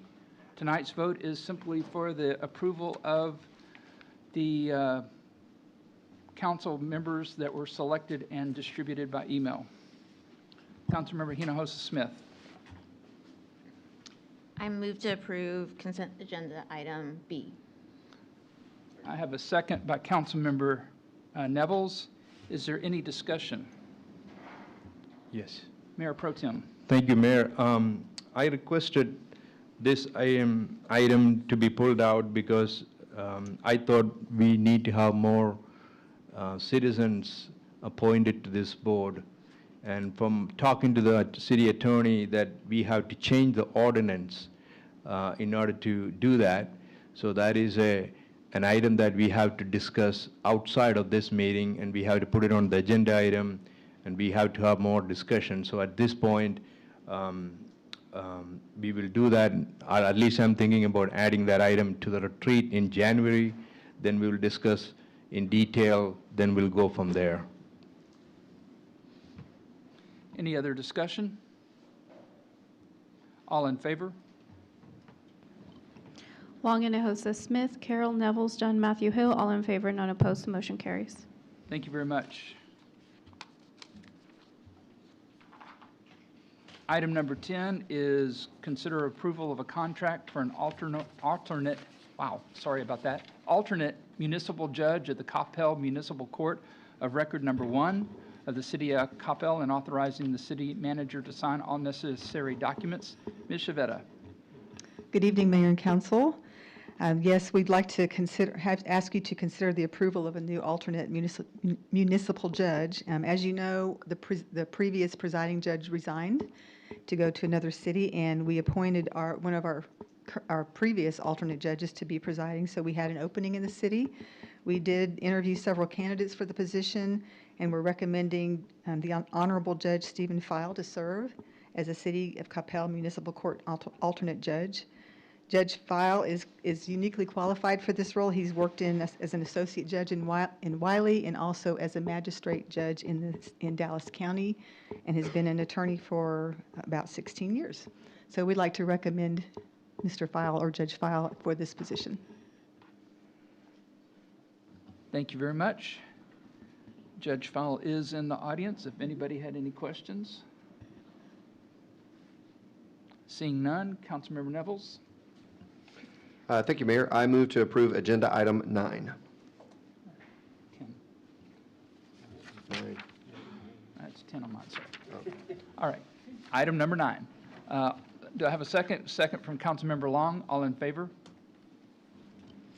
Long and Hinojosa Smith, Carol Nevels, John Matthew Hill, all in favor, none opposed, motion carries. Thank you. Thank you very much, and congratulations. Thank you. Okay, item number.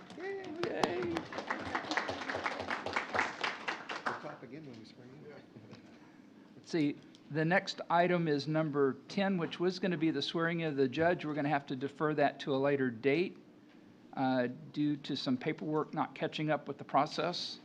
Item number 11 is consider award of a bid of Rebcon LLC for the construction of the Moore Road Boardwalk project in the amount of $1,952,477.31, available through the American Recovery Plan Act, and authorizing the city manager to sign all necessary documents. Mr. Richter.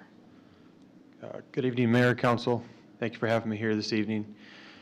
Yes, I am here seeking Council's consideration to approve a bid from Rebcon LLC for the construction of the Moore Road Boardwalk project in the amount of $1,952,477.31, available through the American Rescue Plan Act, and authorizing the city manager to sign all necessary documents.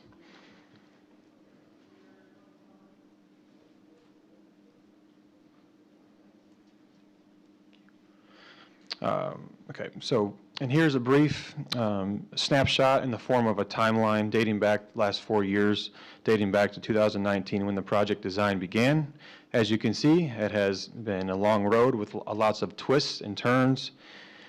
But I am proud here to be standing here this evening tonight to inform you that we are ready to get this construction phase of the project underway if that's the direction that council would like to go.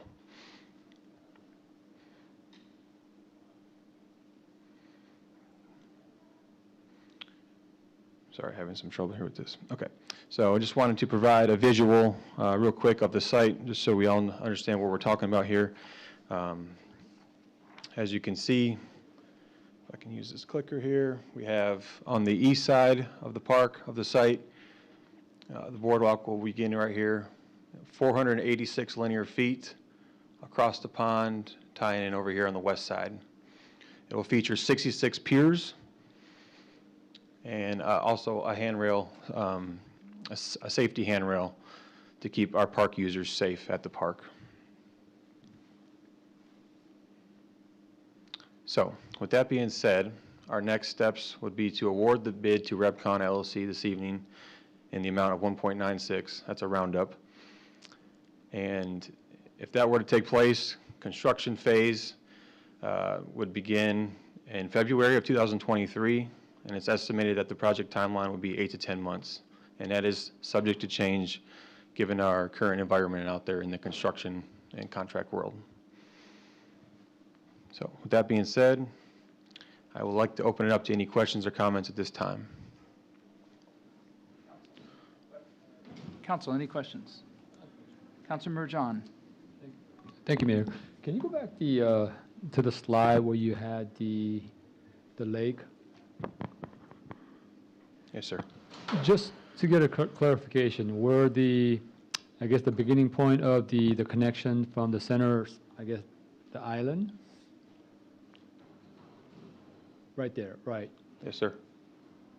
I thought my recollection was the previous existing bridge actually went around that surface and not through that surface, and it just curved around the edge and then connected the other side. And I thought that was part of the proposal before, or was this always the case? Well, if you're talking about going around on the vegetation there on the shoreline, on further to the left. Right there. I thought it actually curved around out, on the water. the previous boardwalk, I can't answer that because I'm not exactly sure, because I was not here. That's no excuse, but honestly, I'm not sure. But I know that there was some conversation about some erosion issues as you get closer to the shoreline. So I'm thinking maybe they put it in the middle, designed it to be in the middle of the vegetation area to help stabilize it. No, this actually ended right there all the time. This is new, right? Okay. All right. Yeah, just trying to get a clarification. I thought it just went around the outer edge and all the way around, and I thought that's how we were replacing it, but maybe I'm thinking something else. But this is from the beginning plan, this is the plan design, where it is, and it is same as initially proposed, right? Yes, sir. Okay. Thank you. You're welcome. Councilmember Hill. Yes, I'd like to make a motion. Motions are always appropriate. Yes, sir. Yes. Make a motion to approve item number 11. Second by Councilmember Carroll. All in favor? Long and Hosa Smith, Carol Nevels, John Matthew Hill, all in favor, none opposed. The motion carries. Thank you. Thank you very much.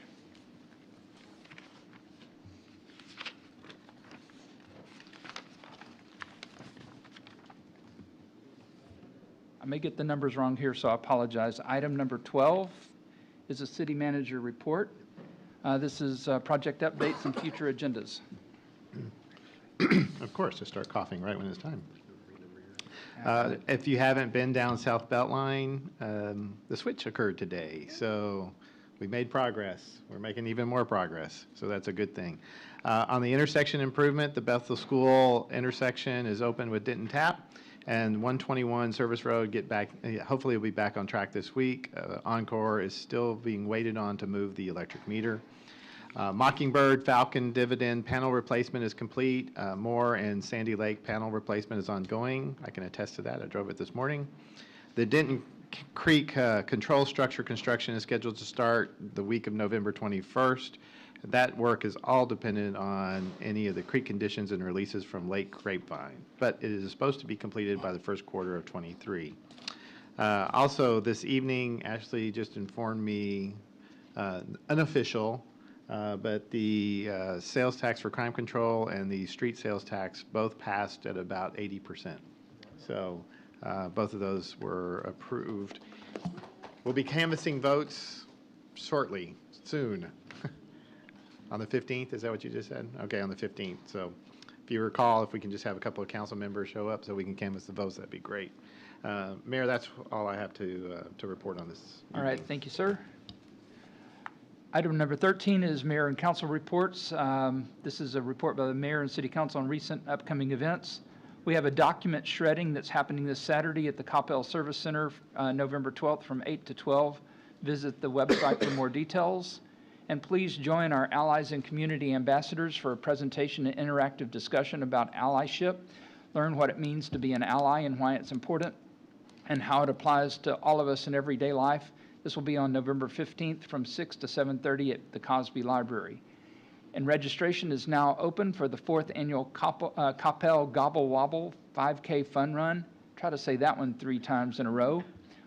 And it's a run or walk, the 5K, and take part in the fun run or participate virtually.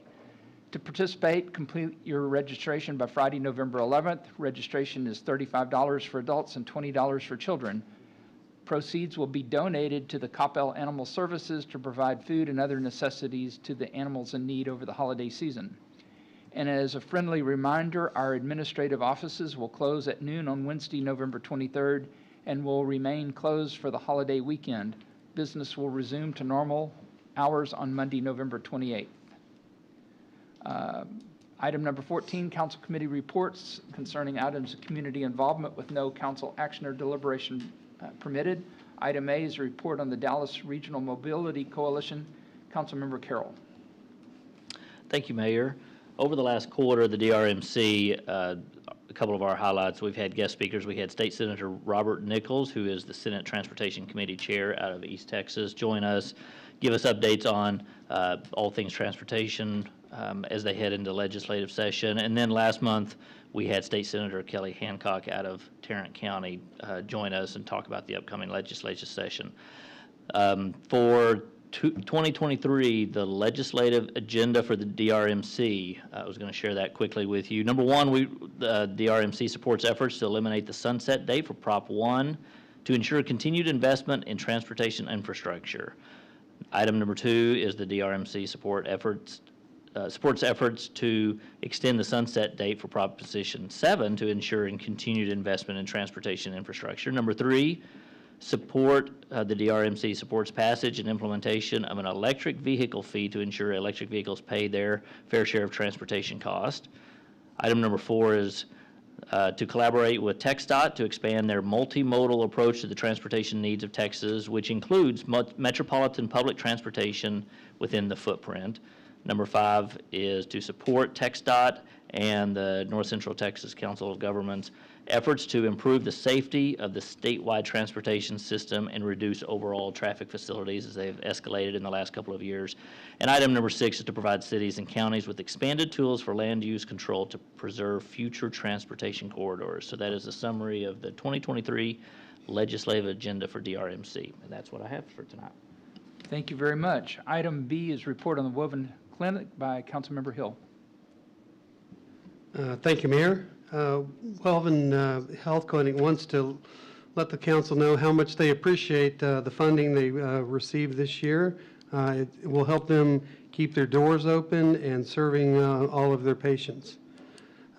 They just held their annual fundraiser on October 21st and raised a whopping $100,000, so congratulations to them. Woven held a flu and COVID combo vaccine clinic in early October and vaccinated 150 people total. Overall, the patient's physical health and chronic diseases are improving over the past 2 years. There are two exceptions, however. Unfortunately, they're seeing more diagnoses for breast cancer and still seeing an increase in depression and anxiety. And that's all I have for you, Mayor. Thank you very much. Item C is a report on MetroCrest services by Mayor Pro Tem Matthew. Thank you, Mayor. MetroCrest Service held their first ever Hidden Heroes Luncheon on November 1st, 22nd. The goal was to raise $20,000. They exceeded the goal. Deputy City Manager Vicky Shaveda, Council Member Carroll, and Mayor Mays, and I attended the event. October 2021 to September 2022 updates on the MetroCrest services provided to the City of Coppell residents. 507 residents visited the food pantry 1,621 times, approximately 74,912 pounds, equaling about 62,927 meals were provided. 410 meals were delivered to the seniors. 88 Coppell residents utilized the employment service to acquire a new job. 159 residents received emergency rent and utility assistance, totaling Coppell residents $196,797. Coppell families participated in the SAC Summer Hunger Program and Thanksgiving food distribution and holiday gift store. And they are very appreciative of our family members volunteering at their pantry site. And they are still looking for volunteers on upcoming holiday season. So please go to their website, metrocrest.com, to register so that you can volunteer your time there. That's all I have, Mayor. Thank you. Thank you. Item number 15 are public service announcements concerning items of community interest with no council action or deliberation permitted. I do have one item. As everyone, I hope, is aware that Friday is Veterans Day, and we will have a Veterans Day event at the Senior Center at 11:30 a.m. This is a first-come, first-served basis, and the council is welcome to attend, as is the public. We are capped at a total population of 60 people, though, so come early. Any other public service announcements? No, I caught the city manager's cough, so sorry about that. We do have to recess from the regular session of the Coppell City Council. We will enter into work session in the first floor conference room in about 3 minutes. The public is welcome to attend. And the time is 8:20 p.m.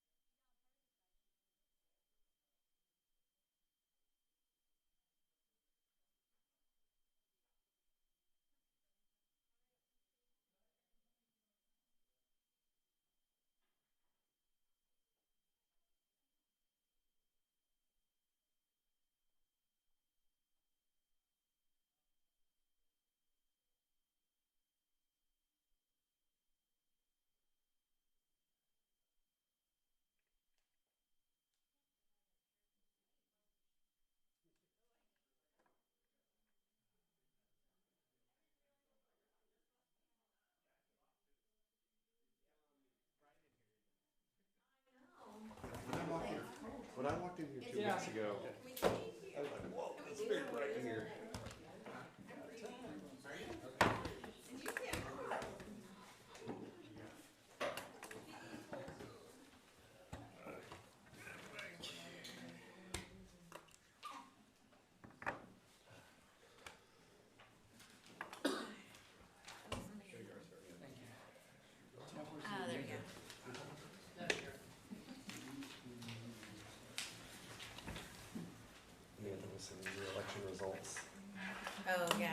curious about that. Yeah, she said JJ's losing. Really? Yeah. JJ. Really? But that's what's being reported right now. Yeah. That's interesting. It'll be I know, I interesting to thought see that how seemed- is it, how is it all shakes out.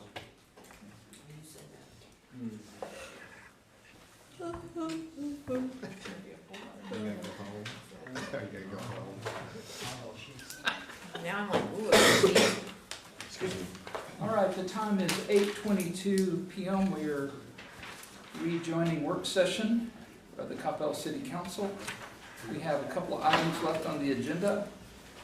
Item C is a discussion regarding the proposed Heritage Museum and other structural buildings in Old Town. Mr. Mike Land and Mrs. Chris Long. Okay. I helped you out. Okay. That's the fastest I've seen him move. Oh. You just have to know how to say it. You didn't say please, that's why. No, just out. He's heard that before. Okay, so Mike said that you guys would like to have an update on the museum, so I'm here to give you that update. The museum, all the houses are inventoried, and that list has been provided to the state, which is one of the things we had to do. The Texas Historical Commission came out on October 15th, which was Pioneer Days for us, and they came out and toured the park and looked at it, and they had one small suggestion, no big deal. They also said, which was kind of interesting because it was unsolicited, they said, when y'all get signed up, we have grant opportunities for you. And so they said, we need to talk, and we said, hey, that's great, you know. So that was an unsolicited comment that I thought was really good. Now, to be fair, October 15th was Pioneer Day, and that was us at our best. You know, we had over 900 people in the park. And so, you know, they got to see people walking on the porches, and it was really quite something. So they really thought that was really incredible. The hours of the museum will be Wednesday through Saturday, 11 to 5. We are going to staff it with volunteers for right now because even though we had staffing in our budget that we presented to you, we have determined there's so many things we need in the park. You know, we've been looking around and saying, wouldn't this be great, wouldn't this be great? And so we are going to try that with volunteers. We have one person that has volunteered to be there for 6 months till we get our staffing up and our volunteers up and running. We have one volunteer that has already said that he will be there 1 day a week, so that's in addition to the person that's going to be there 6 months. We have reached out to the senior center because they have a program that matches seniors with volunteers, and we reached out to the Dallas Senior Connection, and that's one of the most interesting ones. I saw this in the Dallas Morning News actually, and they were talking about that there's this grant from the federal government, and all this company does is match seniors with volunteer activities. So she and I are working together to get some people out here to try to also fill that staffing need. So that's how we're going to staff this museum for right now, because honestly, and we'll talk about the store in a minute, there's just so many things that could be done to make this so great. The other thing that the Texas Historical Commission said, which was kind of interesting, they said, no one in Texas has a store like this. Y'all are it. And that ought to be your flagship, and that ought to be what's out front. And that was one of the things they were so impressed with. Actually, it was the Wilson House, interestingly enough, I think because of our ages, you know, that fascinates us. And then the store. And everyone that comes in the store says the same thing. And for the Texas Historical Commission to talk about that store and the fact that it's unique in Texas, I think that tells us we're on the right track. Okay, so you can't really talk about the museum without talking about the park because, you know, they're kind of one and the same. So Pioneer Days, we did have over 900 people. That did not count the Minyard people that we had there. We had a ribbon cutting for Minyard that Joe was happy enough to put together for us. And so it was 900 people plus the people from Minyards. And what was interesting about that day is because it was never crowded, people just kept coming and going and coming and going. We did always have a line for snow cones. We have like the best snow cone maker in America, don't we, Adam? Pretty good. Is that you? No, it's not me. Oh, okay. I mean, snow cones are my thing, but no, it's not me. He like packs the ice so it doesn't go to the bottom. I'm serious. People stand in line. There was a line all day long in the snow cones. I actually broke in line to get Adam a snow cone because he was nice enough to come out. So we had a line there. We had a line at the petting farm almost all day. And so we actually stayed open later than we were supposed to, just to make sure that everyone got through with what they wanted. We sold over $1,000 in the store that day. And that's, of course, the most we've ever done, so we're all just extremely happy. You know, that required, and not that you want to know this much detail, but it required, you know, getting a square, getting a sales tax license. I mean, it was really kind of an interesting process, but now we're there, and everything's good. The other thing that happened on Pioneer Day that's interesting for the museum is that the Minyards family that was there, which was Liz and Gretchen, said that we could publish their 50th anniversary cookbook. That's a huge deal. So we were going to publish that and give part of the proceeds to their charities. And they offered, I would have probably never asked, but they offered to come back and do a book signing for us. So we're going to make it a big event in the spring and really publicize it and have them come out once we get them published. And we had hoped that would happen, but we didn't know if that would happen, so we're really pleased with that. The other thing, and Ellie's not here, I wish she was. The other thing is Ellie and I had a long conversation on Pioneer Days, and she agrees that the visitor center ought to be in that store. It's just so unusual. You walk in and you've got a gift shop and you've got the original cash register and you've got the original counters. I mean, you really should come spend some time in it. It's really something. And she agrees that that's where the visitor center should go, and I agree too. So that will be going forward. We've asked the chamber to help us get all the brochures from everyone so we can get those in there. I can see an award in our future, honestly, because that is just such an interesting. I have visited all of the visitor centers in this area just in anticipation of this. And honestly, they're all in like strip centers or they're in buildings. There's no character. It's special. So we are working towards that as well. The only thing left for us to do with the state is send in our fees. Everything else is taken care of, and we were waiting on some money from the city to do that, and then we're done. I mean, everything's done. And with them coming out and doing that inspection, that was a big deal. So that's where we are on that. The other thing we'll talk about is that just from a park perspective, because that's also a museum perspective, we had Pioneer Days with over 900 people. We have Cookbook Visitor Center. Okay, Scare on the Square. Scare on the Square was a city event, and I will be honest with y'all, it was raining that day, and we all said, I went over there and said, do we really want to open this? I mean, you know, it's kind of raining, it's kind of, nobody cared. Nobody cared about the rain. All the people came out, no umbrellas, no nothing, kids, whatever. We had over 300 kids come out and trick or treat. So the city just did an amazing job, and I want to say that, and it keeps that old town, you know, I mean, you just wouldn't believe the people down there. It was really exciting. Then we have Vintage Christmas. Vintage Christmas is also a city event, but we have the only Santa and Mrs. Claus. And last time we did this, we had over 200 kids, but we didn't publicize it. This time we're publicizing it, so we think we'll have more. And I'm going to buy enough candy canes this time because we ran out last time. But so that's very exciting. Then we have holidays in the park on December the 10th, which you'll have caroling, and you'll have, you know, it's just going to be very cool. And then next year, we know we're going to open the Seed Library in February. We were going to open it when we opened the store in October, but it finally hit me that all the seeds I had to be planted in the spring, so that didn't make any sense at all. So we're going to do that. We're also doing a dig where the rock house was torn down. For those of you who don't know, on Bethel, there was a house that was all rock, and the house was about 100 years old, okay?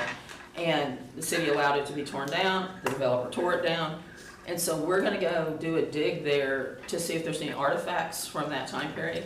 Because our infield house, if you've never gone in there, the infield house is totally filled with artifacts that we have found in this area, and it's really very cool. You know, if you take the time to sit there and really look at it. We do have a new plaque that's gonna be in the museum. It's a 1994 plaque from, it's a proclamation from Dallas County to the archaeological, I can't talk, work in Grapevine Park Preserve to one of our members and her husband, who's since passed on, and Jan Lorraine. And so she donated that plaque, and it will be hung right above where her artifacts are that she has in the infield house. So that was really kind of her to give that to us. And we just got that this week. So that is the update on the museum. What else can I tell you? Yeah, I was just gonna say just real quick, back in, a few months ago, when y'all had the discussion about funding, you were talking about funding, and what you asked for was an update on the museum, the plan for the museum. That's why we asked Ms. Long, I'll call you Ms. Long. It's okay. Okay, Chris. That's why we asked Chris to come back tonight, because I need your thumbs up on the actual agreement for the museum, because y'all did not give me the thumbs up at that time. We set aside the money for, and there's roughly about 107, I think, is the number. So we had that set aside and identified as designated fund balance, if you will, and the hotel motel tax. So this portion of the presentation is very specific in terms of my request is to, should you decide, is to give me the green light to actually get her the agreement signed so we can get her the money. There's 2 phases to it. There's this first phase, which is the museum and acquiring the designation and everything along those lines, which you were just talking about. And then once that's acquired, the next phase has to do with some improvements that they're planning to do at the park itself. So. And one other thing I'll tell you is that I've been working with Ellie, which is why I asked her here tonight, but it got late, to work with the Discover Coppell campaign, because I don't mean this in any way disrespectful, but there's not a lot to discover here.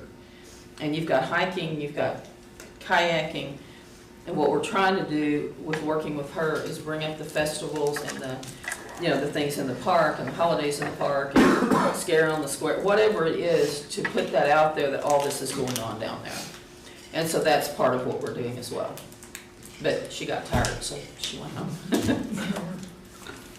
What else can I answer for you? She left. Well, she did. She was here earlier. I know. What's that? I just need to get thumbs up on it. Okay, so any questions?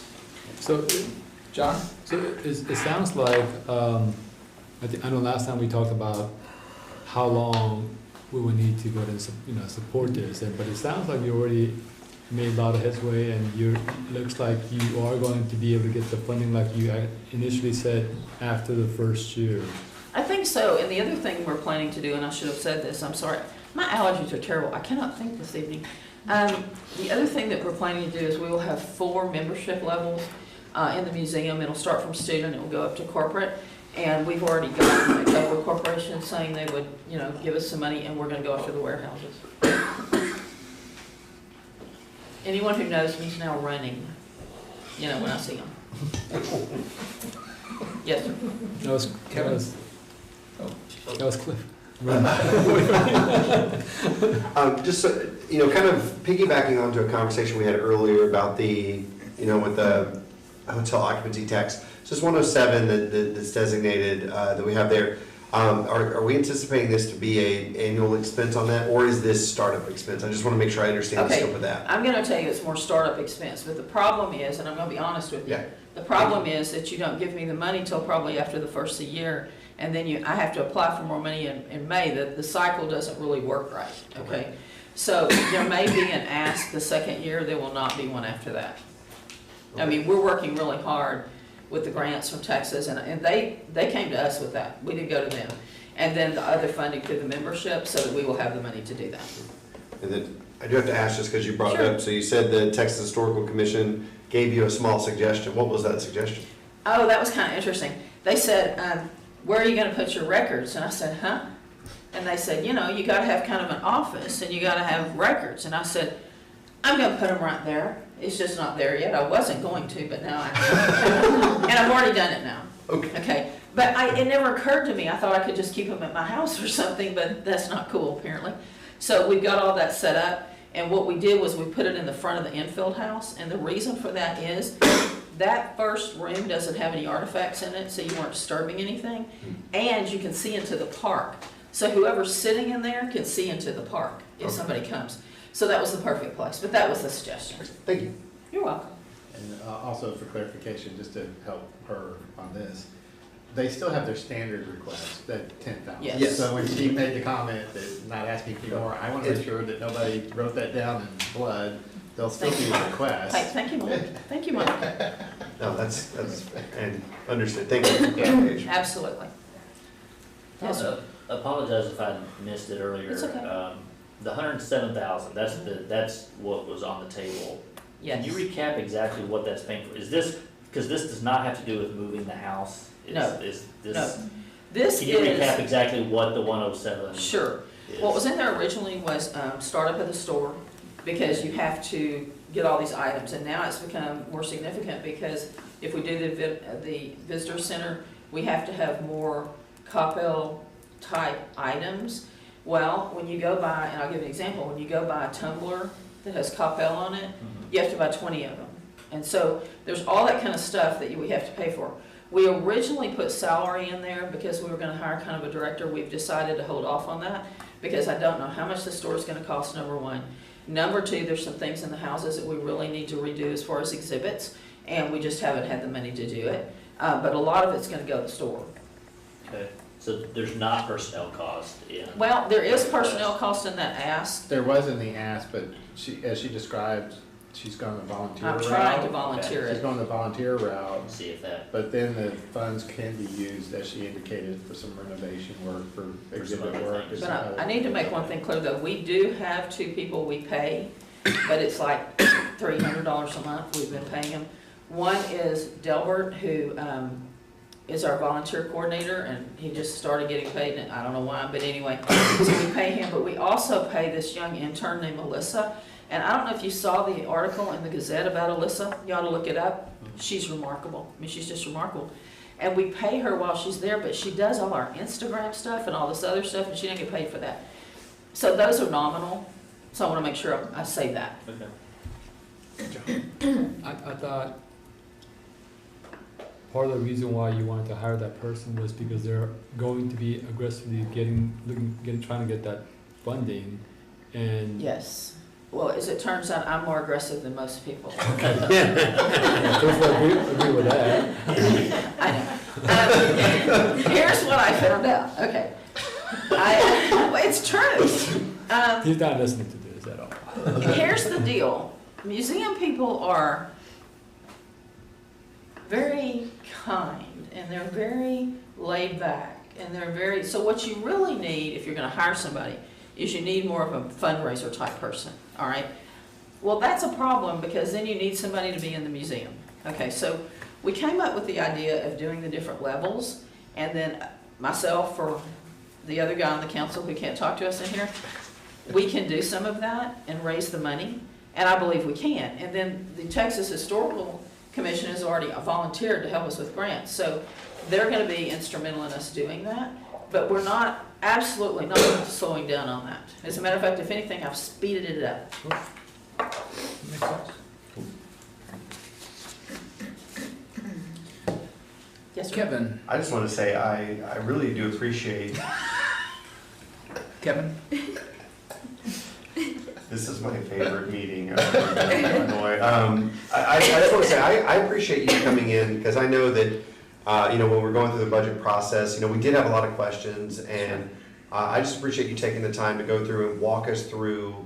It just sounds like it's a more thought out, well-rounded plan, and I just want to say, I appreciate your patience and putting in more work and sharing the thoughts and the vision that you have for that and the Historical Society. So I just want to say thank you for coming in and answering that. Well, you were quite welcome. When we decided to do it, I'll be honest, it was in a really kind of a formative stage, and as we've moved forward, it's really defined. I mean, where we're going, what we're doing, and so we feel good about it. Bijou? Yeah, thank you for the presentation. It's great to hear that you're going to use that volunteer person to start off with instead of having a full-time employee. So, Well, we need so many things in the park, and we really started looking around, and we started thinking about the things we could do that would make the park better, not only the park better, but the store better, and I would like to use that money if we can for that. thank you for you putting all the time to do this and the presentations and getting all this homework done. You're welcome. We appreciate it. Some days are better than others. Make sure Cliff pays you. Actually, when I told him he had to help me, I told him he would make the same thing I did, which was nothing. All right, we need a thumbs up or down for Mike to proceed with the funding as previously requested. Got Yes. a nod of the head there. Got 1, 2, 3, 4, 5, 6, and 1 opposed. Oh, no. Yes. You got your thumbs up. Great, thank you. All right, thank you, Chris. Thank you, Chris. Thank Part you, two Chris. now. Okay, now it's part 2. It's not on the agenda. Yeah, it is. It's the renovations portion. Oh, What renovation? I mean, and I am other not structure, 100% buildings in identified. Old Town. thought we were, And other. okay. Is So- this your email? Yes. So we're into part 2 now then. right? Yes, and it won't take long for you to, okay, we're gonna start right here. Okay. One of the things that has happened in Old Town, and I know y'all are aware of this, is that there's really not much old anymore, there's just town. And no, I'm serious, and all the buildings have been torn down. And it's like locusts going through there kind of, it's just, every week you find something else that's gone. I mean, it's disturbing. So the latest one is this church. It sits on the corner of Bethel and Main. And this particular church is going to be torn down by a developer. And this was the Baptist church, and the congregation of this church was chartered in 1896. They built a church on this same spot in 1901. Then in 1947, the congregation approved a budget of $12,177.56. And the current building was dedicated by the congregation in 1948. This building has a lot of the lumber and all of that from the 1901 church, and it's leaving. And I don't mean it's leaving 2 months from now, I mean it's leaving next month. So we get into a situation where, and the developer likes to tell me this, and he's not wrong. He's not wrong. It's about money. And so he's gonna pay Chaddock, I don't know if y'all know him, but he's been a Coppell fixture for a long time. So he's gonna pay Chaddock $1 million for the property. I understand that as a developer, he then has to make money. I get it, all right? But what they're gonna put on this corner is more work live, okay? So what we're doing is we're turning Old Town into work live. I mean, that's really what we're doing. And when we were at the Old Town meeting, someone asked him if he was going to have any retail, the developer, if he was gonna have any retail in this, and he said no, because no one can afford it in retail. And he's right, because what he's building are $700,000-$800,000 work lives. So I would like to move the church. And it's complicated because it's expensive, and the only place that we can figure out it can go is in front of the senior center. And that's not really the problem. I mean, moving at the senior center is not the issue, really. The issue is the cost. And Mike will talk a little bit about the cost, but honestly, guys, we're out of buildings. We have no more buildings. We've got this one. We've got the one right across the street, which is the hair salon, and he has an option on that. He's gonna tear it down too. And he's gonna tear it down the day he gets the approval from the council. I'm telling him, it's gonna be the day. He's tired of messing with us. He's tired of talking to us. He did give us $50,000 to move it, but that's not it's a drop in the bucket. So I'd like to talk about saving the building. Everybody's so excited. I want to save the building. Okay, Mike, I don't have any enthusiasm here. Well, is that the baton just got passed to me? I think so. Okay, all right. First of all, just to back up a little bit, the project itself, as far as the property purchase, I can't speak to the cottage because I don't know that much about it, but is going through rezoning. It will be going to the Planning and Zoning this month, and I don't know what the Planning and Zoning Commission will do if they make a recommendation for approval. I can't say one way or the other, but if they do make that recommendation for approval, it would come to the council on December 13th. Okay, and so one of the things that I know Chris and others will be showing up at the Planning and Zoning meeting, having this same discussion about the structure that's on this particular property. So in a way, I'm just kind of couching this for you. You kind of have to separate the rezoning from the request as far as the moving of the structure, because zoning is the land use, right, in terms of what's going on. So Sarah, if you can pull up So, yeah, go ahead and pull the first. Yeah, there you go. All right, so when Chris and I visited back in September, I guess it was, back in September, this is when she was talking to me about, she was actually talking to me about multiple buildings. There's the church that she showed you the picture of. There's the cottage she mentioned across the street. And then you recall the Murph house. We were talking about the Murph house. And just to make sure we're all clear, what we talked about with the green lighting does not involve the Murph house moving over to Heritage Park. So that's not part of the equation, right? So Chris and I had these discussions about, well, okay, if we're talking about moving these buildings and we're talking about where are they gonna go, right? And so this site is only selected because it's nearby and it's property we own. We also own, for some of the council members, if you remember, we own the property to the west, which is the tree lot that was potentially going to be a residential subdivision. Some of you were on the council, some of you weren't, okay? So there's more property over there, and Greg actually site planned a couple other locations, but just for the sake of knowing that that Chris was coming this evening, knowing that we're gonna have this discussion, knowing that Mr. Collins is going through a rezoning request, we had to do something to just demonstrate, okay, what would it cost to move these buildings and then put them in a condition that they are usable? Because it's one thing just to say move them, it's another thing to actually be able to do something with them. Had Greg kind of draw this up. It is not the silos, but if you've been to the silos, it's kind of the same concept as far as the square in the middle of the green space. And so you see the church at the far end. When you see the, I think it says 509 building, it's something wing, CR wing. Mm-hmm. When you go out along Main Street, the building is actually longer than fronts, where I guess Prietaria it was. But the building, only a portion of the building can actually be moved. The rest of it can't be moved.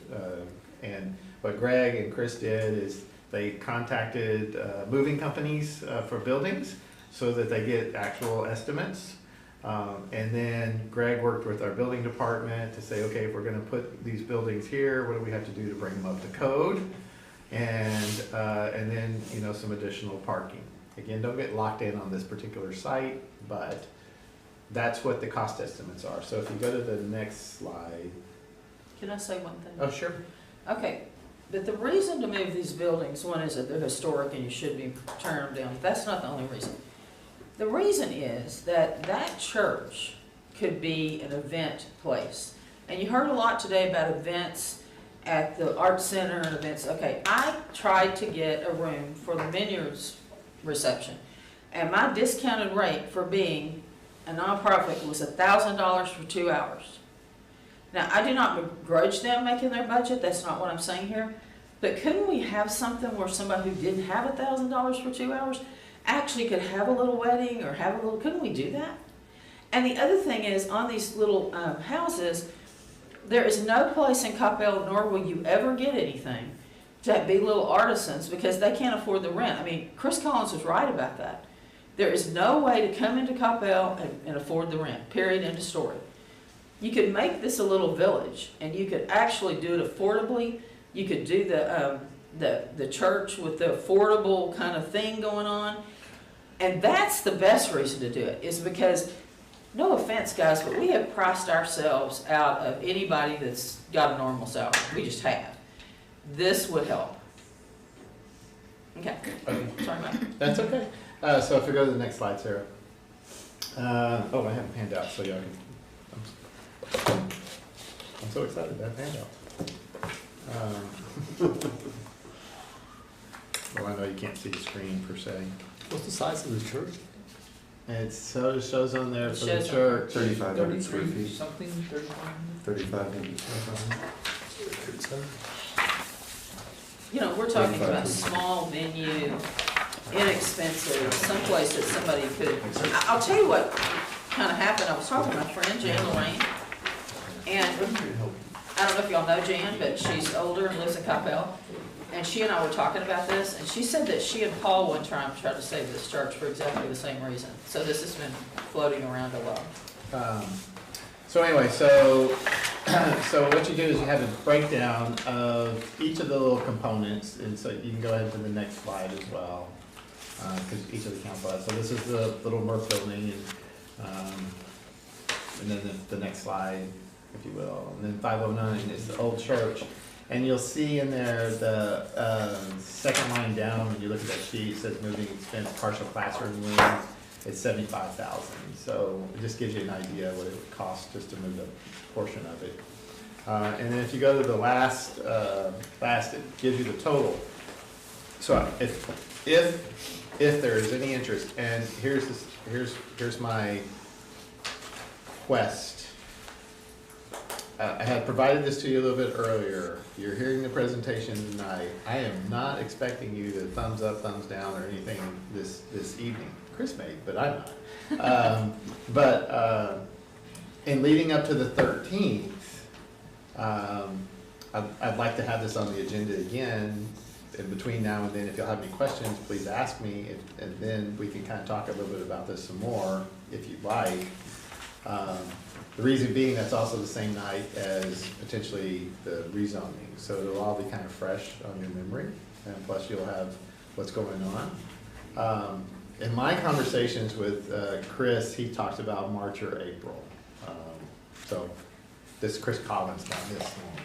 Yes, but also Mike, Chris Collins, if he gets approval, will tear it down the next day. And I believe that because he's tired of talking about it. So unless the city council said, we can go forward, but you can't tear down the church, he will tear it down. Right.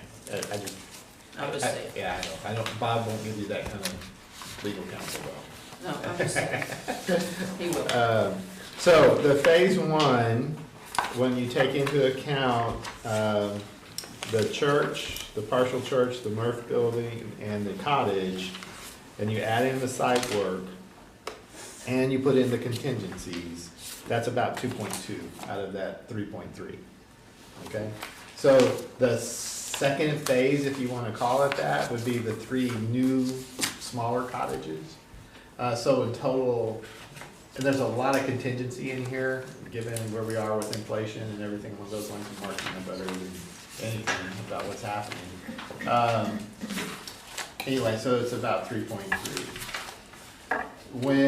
Because I know financially, you know, y'all take a look at it. So there's 2 issues, and I know they're related, but first is conceptually, can the council get their arms around the idea of potentially creating this kind of village, I'll just call it that, concept in Coppell, doing what Chris is talking about, and that's saving, if that's the right word, preserving some of the older buildings in Coppell. So that's purpose A. From a funding standpoint, I think I've alluded to this, if you choose to do this, there is a way through things that are undesignated. And so just to put that in perspective, we'll have when the audit comes out, I think I mentioned to y'all, the number was around 54, 55 million in the budget right now. When the audit comes down, it looks like that's probably gonna grow up to over 70 million. So, I'm not saying the money's not important. I'm just saying you have flexibility. That's what it's there for, if you support the concept. Timing wise, I have not sat down with Chris Collins to lay out how long is it gonna take, because you have to do the site preparation and everything else. I will say one thing that's a little ironic for those that have been on the council. One of the challenges we're gonna have with moving the church is the old tree on Bethel that we designed around because Gene Murph wanted us to save that tree. And now, you remember? And it may make it a little bit tight to actually move the church around there, but doesn't say they can't be done. I just thought it was kind of ironic. So, I'm happy to answer any questions tonight. I know there's a lot there. You've heard great, and she can add anything she'd like to, obviously, as it relates to the concept. I just want you to know that you have flexibility, if that is something that you want to consider. If it's not, that's why she's also asking this question. Can we have that conversation? Yes, we did. As, you know, if council says no, then we know, and we're okay. I mean, I'm saying we're okay in the sense that's the direction, right? Okay. Brianna? If the concept that you talk about were to come to fruition, would all of that be handled through the Historical Society? It can be, yes. Okay, I was just trying to think through like who would handle. Or the city can do it, Or I the mean, we're city, or happy any to of do that. it, or the city can do it, either way. Okay. I may have more later, keep going. Thank you. Mark? I think we. Kevin? I didn't see him. I'm hiding. No, I didn't see John's him. screening me. So I guess conceptually, what I want to get my head around is how is this site different than Heritage Park? And like, besides, we ran out of space in Heritage Park, so we need another place to put old buildings. That's like just high level what I'm seeing. So what is? Yeah, I can, there. That's what So the Infeld House and the Wilson House, eventually the other Wilson property, I Yes. presume. The Historical Society, and I'm not speaking for, I'm just saying this is what's happened. They're replicating period, this is what the home was like. So this goes to the museum. Correct. Right? This is actually creating user spaces, right? That's the distinction. Okay. It's basically a blank canvas that you're popping small buildings on, one larger building on, that has flexibility to whether it's artisans, it's possible retail pop-up that Mindy's talked about before.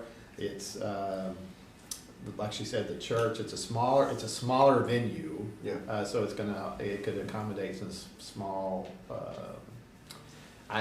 in talking, so I will not speak out of turn here, but in one of the conversations that I've had is apparently, let's use Boy Scouts as an example.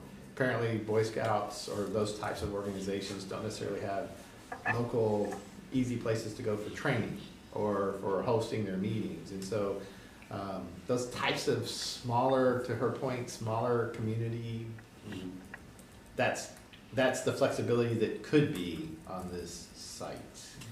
Operationally, we have not discussed who's in charge, what's the. Again, I know, super high level. It's not gonna be a revenue generator in terms of any significance of a revenue generator. It's clearly a service that's being provided. Well, then, just within that is, you know, I naturally go to, we've obviously made an investment in Heritage Park, and there's that there. If I'm thinking, because I always just go this way, is there any thought or plan to reworking Heritage Park to incorporate all this together? Like, and I know you can't do it at the current Heritage Park spot, but like designating one spot where all the historic buildings go, and maybe part of it is a museum. And I know I'm cracking a can of worms here with talking about moving several other buildings, but like, I'm trying to think like conceptually, it's like we had this piece and now we got this piece, and just looking at how these two pieces might interact or play together, but they have a common theme of preserving older homes and stuff. So I know I'm just kind of going out on a tangent thinking big here, probably people are like, quiet Kevin, you're trying to spend more money, but No, that's not my intent. It's just more about as a whole, what does that look like? Well, you know, I think that remains to be seen. Now, I'll tell you with the church, I think that's the easiest one to tell you what we'd like to do with it. Not only would we like to do these smaller things, whether they're Boy Scouts or whatever, I also want to do murder mysteries in that, and I'll tell you why. In Kent's, Texas, which it should not work, they have a 1902 house, and they've been doing murder mysteries for 41 years, and they fund that house. And I've talked to her, and she says, absolutely, if y'all get this, come see me, we'll figure it out. So I believe that we can get some exposure here in Coppell for something else to do, all right, that's not really expensive, and that gets the families all involved. So both parks are that, get the families all involved. So yes, there will be some natural crossover, I would imagine.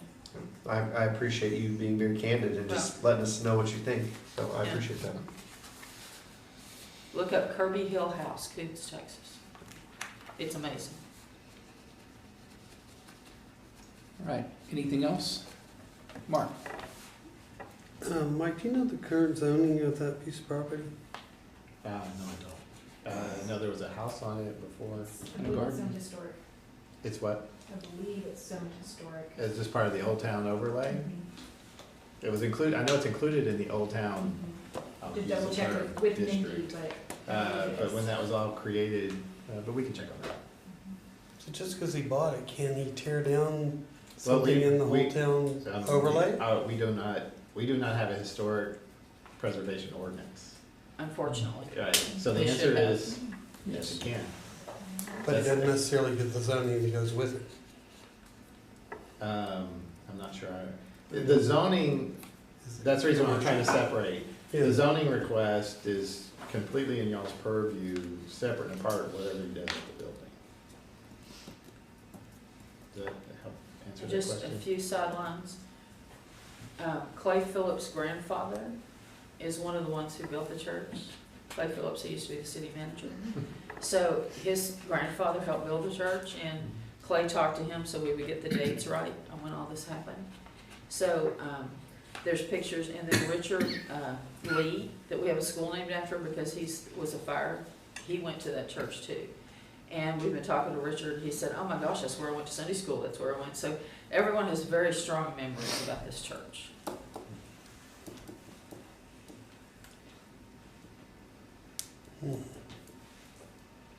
So what do you need from us right now? Nothing? Okay. Well, Thank you for bringing, I guess all I have to say is thank you for. It's the questions are really Right. important right now. So as Yeah. you think about it, we'll have it again, unless you tell me differently, I'm planning to have it again as a work session on item Okay, 13. perfect. You'll hear. Because I'd love to continue, like, I will admit, like, there's opportunities for us to preserve history. I would like to do that. I don't know, I mean, I think there's opportunities, and so I'm not ready to close any doors, because I think there's more to explore. It is a lot to digest. It is a lot. We agree. It is a lot. We agree. So you will be hearing this again on December the 13th. And what, yeah, and what I would ask is that, if you have, I know you do have questions, send me the questions, because the more I can get you in advance, that helps you in the discussion on the 13th. Okay? Yeah. Thank you very much. All right. Thank you, Chris. Thank you, Chris. Item D, discussion regarding the legislative agenda. Really need Don back in here for this one. And Cliff. Oh, and Cliff, yeah. Tell Cliff he's readmitted.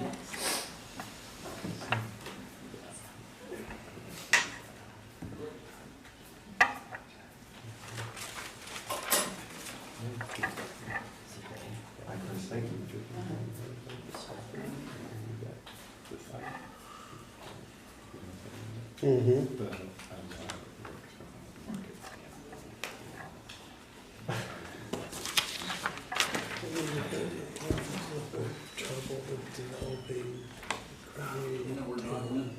Have no idea. Don't Did we call? do any math. Restroom maybe? Does he have a kid here? Yeah, I mean, Who? Dawn? I s- Call Don Kins. I thought he said he did. I didn't know if that was a joke or not. There's Cliff.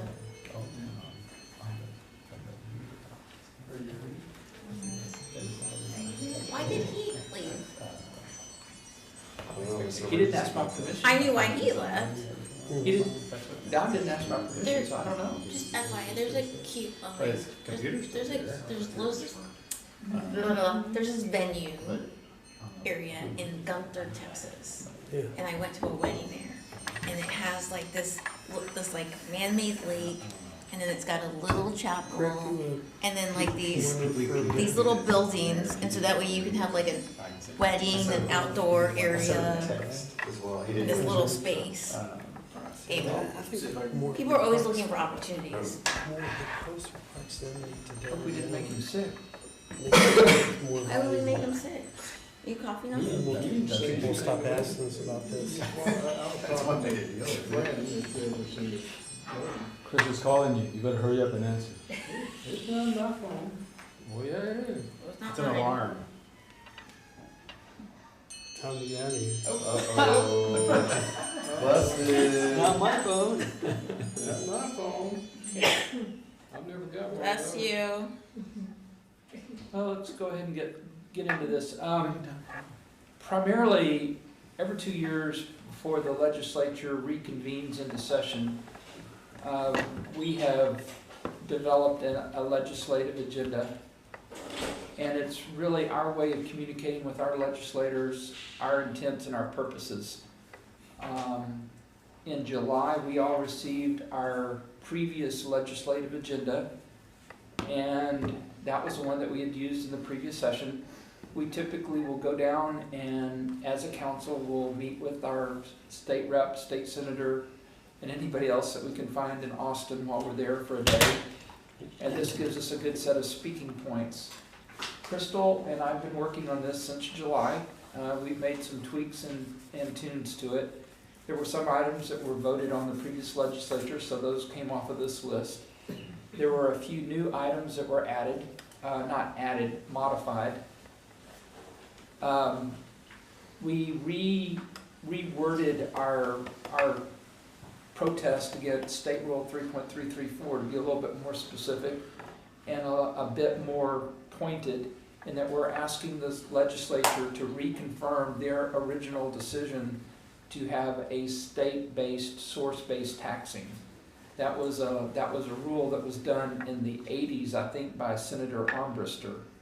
And he was a very well-respected member of the legislature, and any of the guys that are still around that remember why they did it, and we've lost some of that history. So we've kind of reworded this and emphasized that to ask them to reconfirm their original intent. And there's a lot of words in there about why. A lot of the rest of it remains relatively unchanged from 2021, and we're not looking for decision or anything tonight. This will be up on the December 13th agenda. We usually approve it, and then that gives us the ability to represent it to our legislatures and any of the other elected officials that we come into contact with.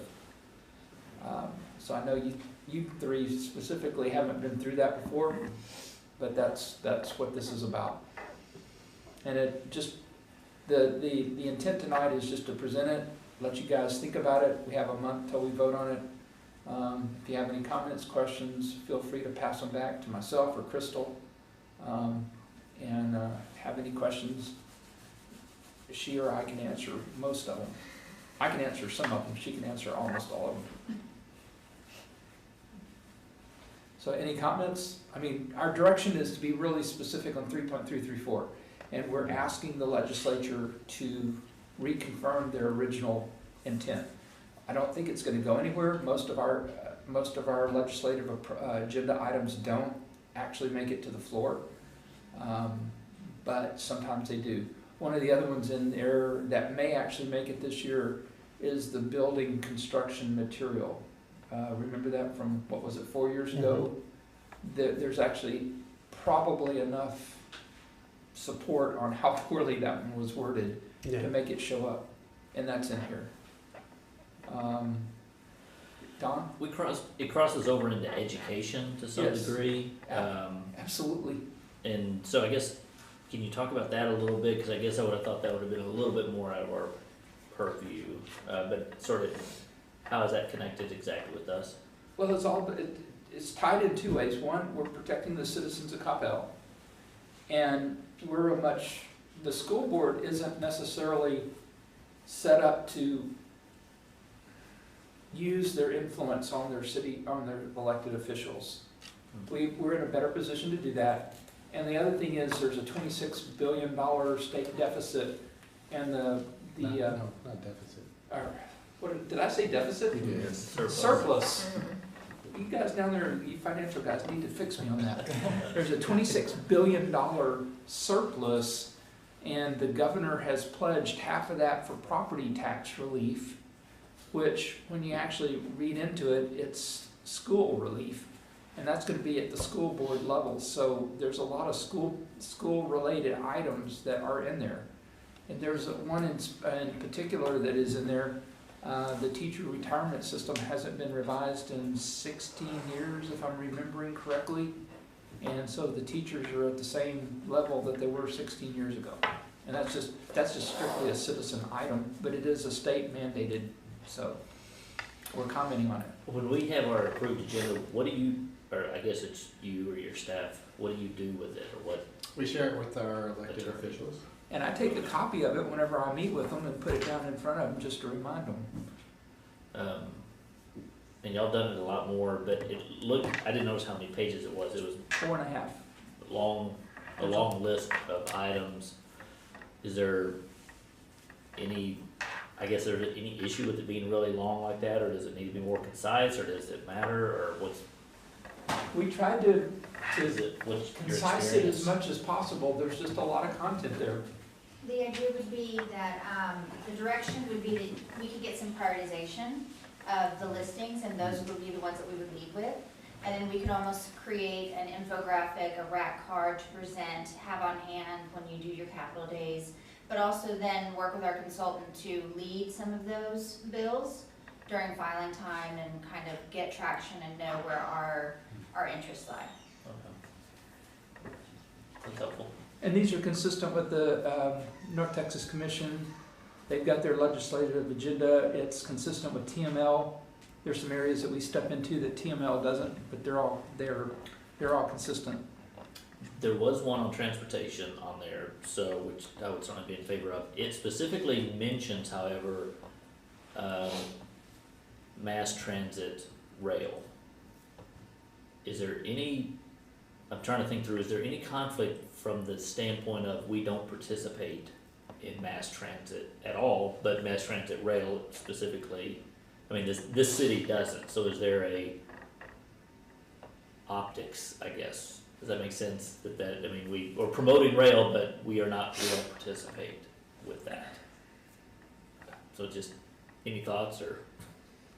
I think that mass transit by any method, whether we do have a bus system that we do subsidize here, so we do have some portion of mass transit. But in terms of rail, the city made a decision in 1988 not to participate in DART. It's actually saved us about $90 million, so it was just a financial decision. You know, not, if we had been able to see a benefit in 1988 going forward, the decision might have been different. Sure. The guys sitting on these tables back then made a good decision as far as the city's concerned. Yeah, I would agree. I just know there are some people out there that probably would say we should be participating regardless. You know, and so I don't want to have a conflicting statement out there is all. I guess I was just trying to think through. Just a thought. I was just trying to think out loud. Review how it's worded, and this is, I mean, these are not cast in concrete at this point. Well, that would be, because I would agree with the decision that was made years ago, and I would not agree with the idea that we should necessarily have to be forced to participate in DART or anything today. So I just don't want to have something that we have in writing that would conflict with it. So that's just food for thought. Kevin? I just, I hear what you're saying. It just, the way that I read it, just in context of the way it's written, it seems more like a regional or statewide adoption of rail. I definitely understand not wanting to get caught up in, well, you know, locally you don't participate in it, but I just read that as like, you know, supporting rail, you know, I don't know if high-speed rail fits into that, but like, you know, being our big major city connectors, if that kind of plays into that. So I don't know if maybe a little bit more specificity just in terms of what that might look like, if it is more focused on.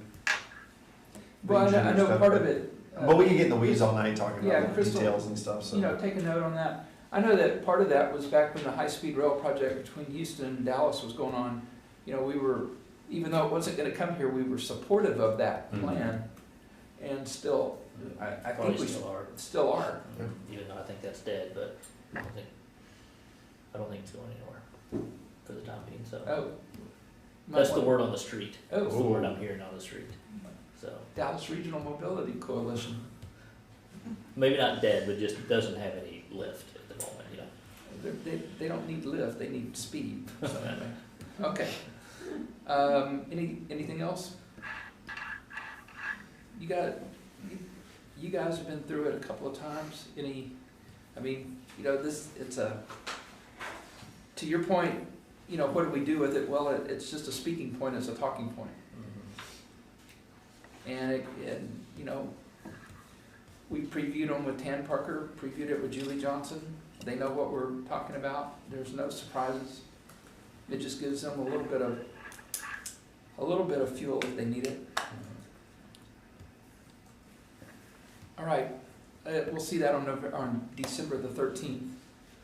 Item E was a discussion regarding boards and commission appointments. We're past that one, but Bijou, we heard your note, and we'll have that on the agenda at our work session in January. Don't need this, Rick.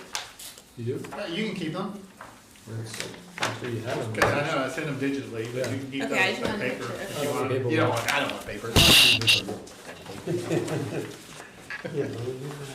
All right, the time is 9:17 p.m. and we are adjourned from work session. And we will reconvene into regular session of the Coppell City Council. Are y'all through? Are y'all through?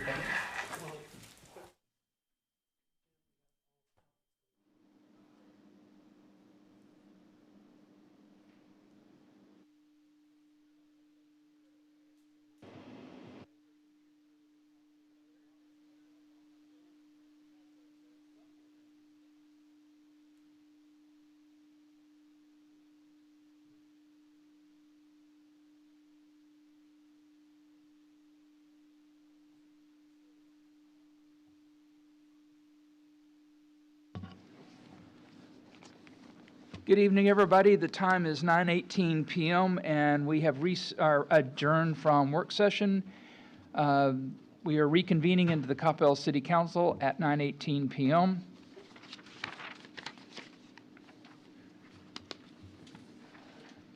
Item number 16 is necessary action from the executive session. There was no action necessary.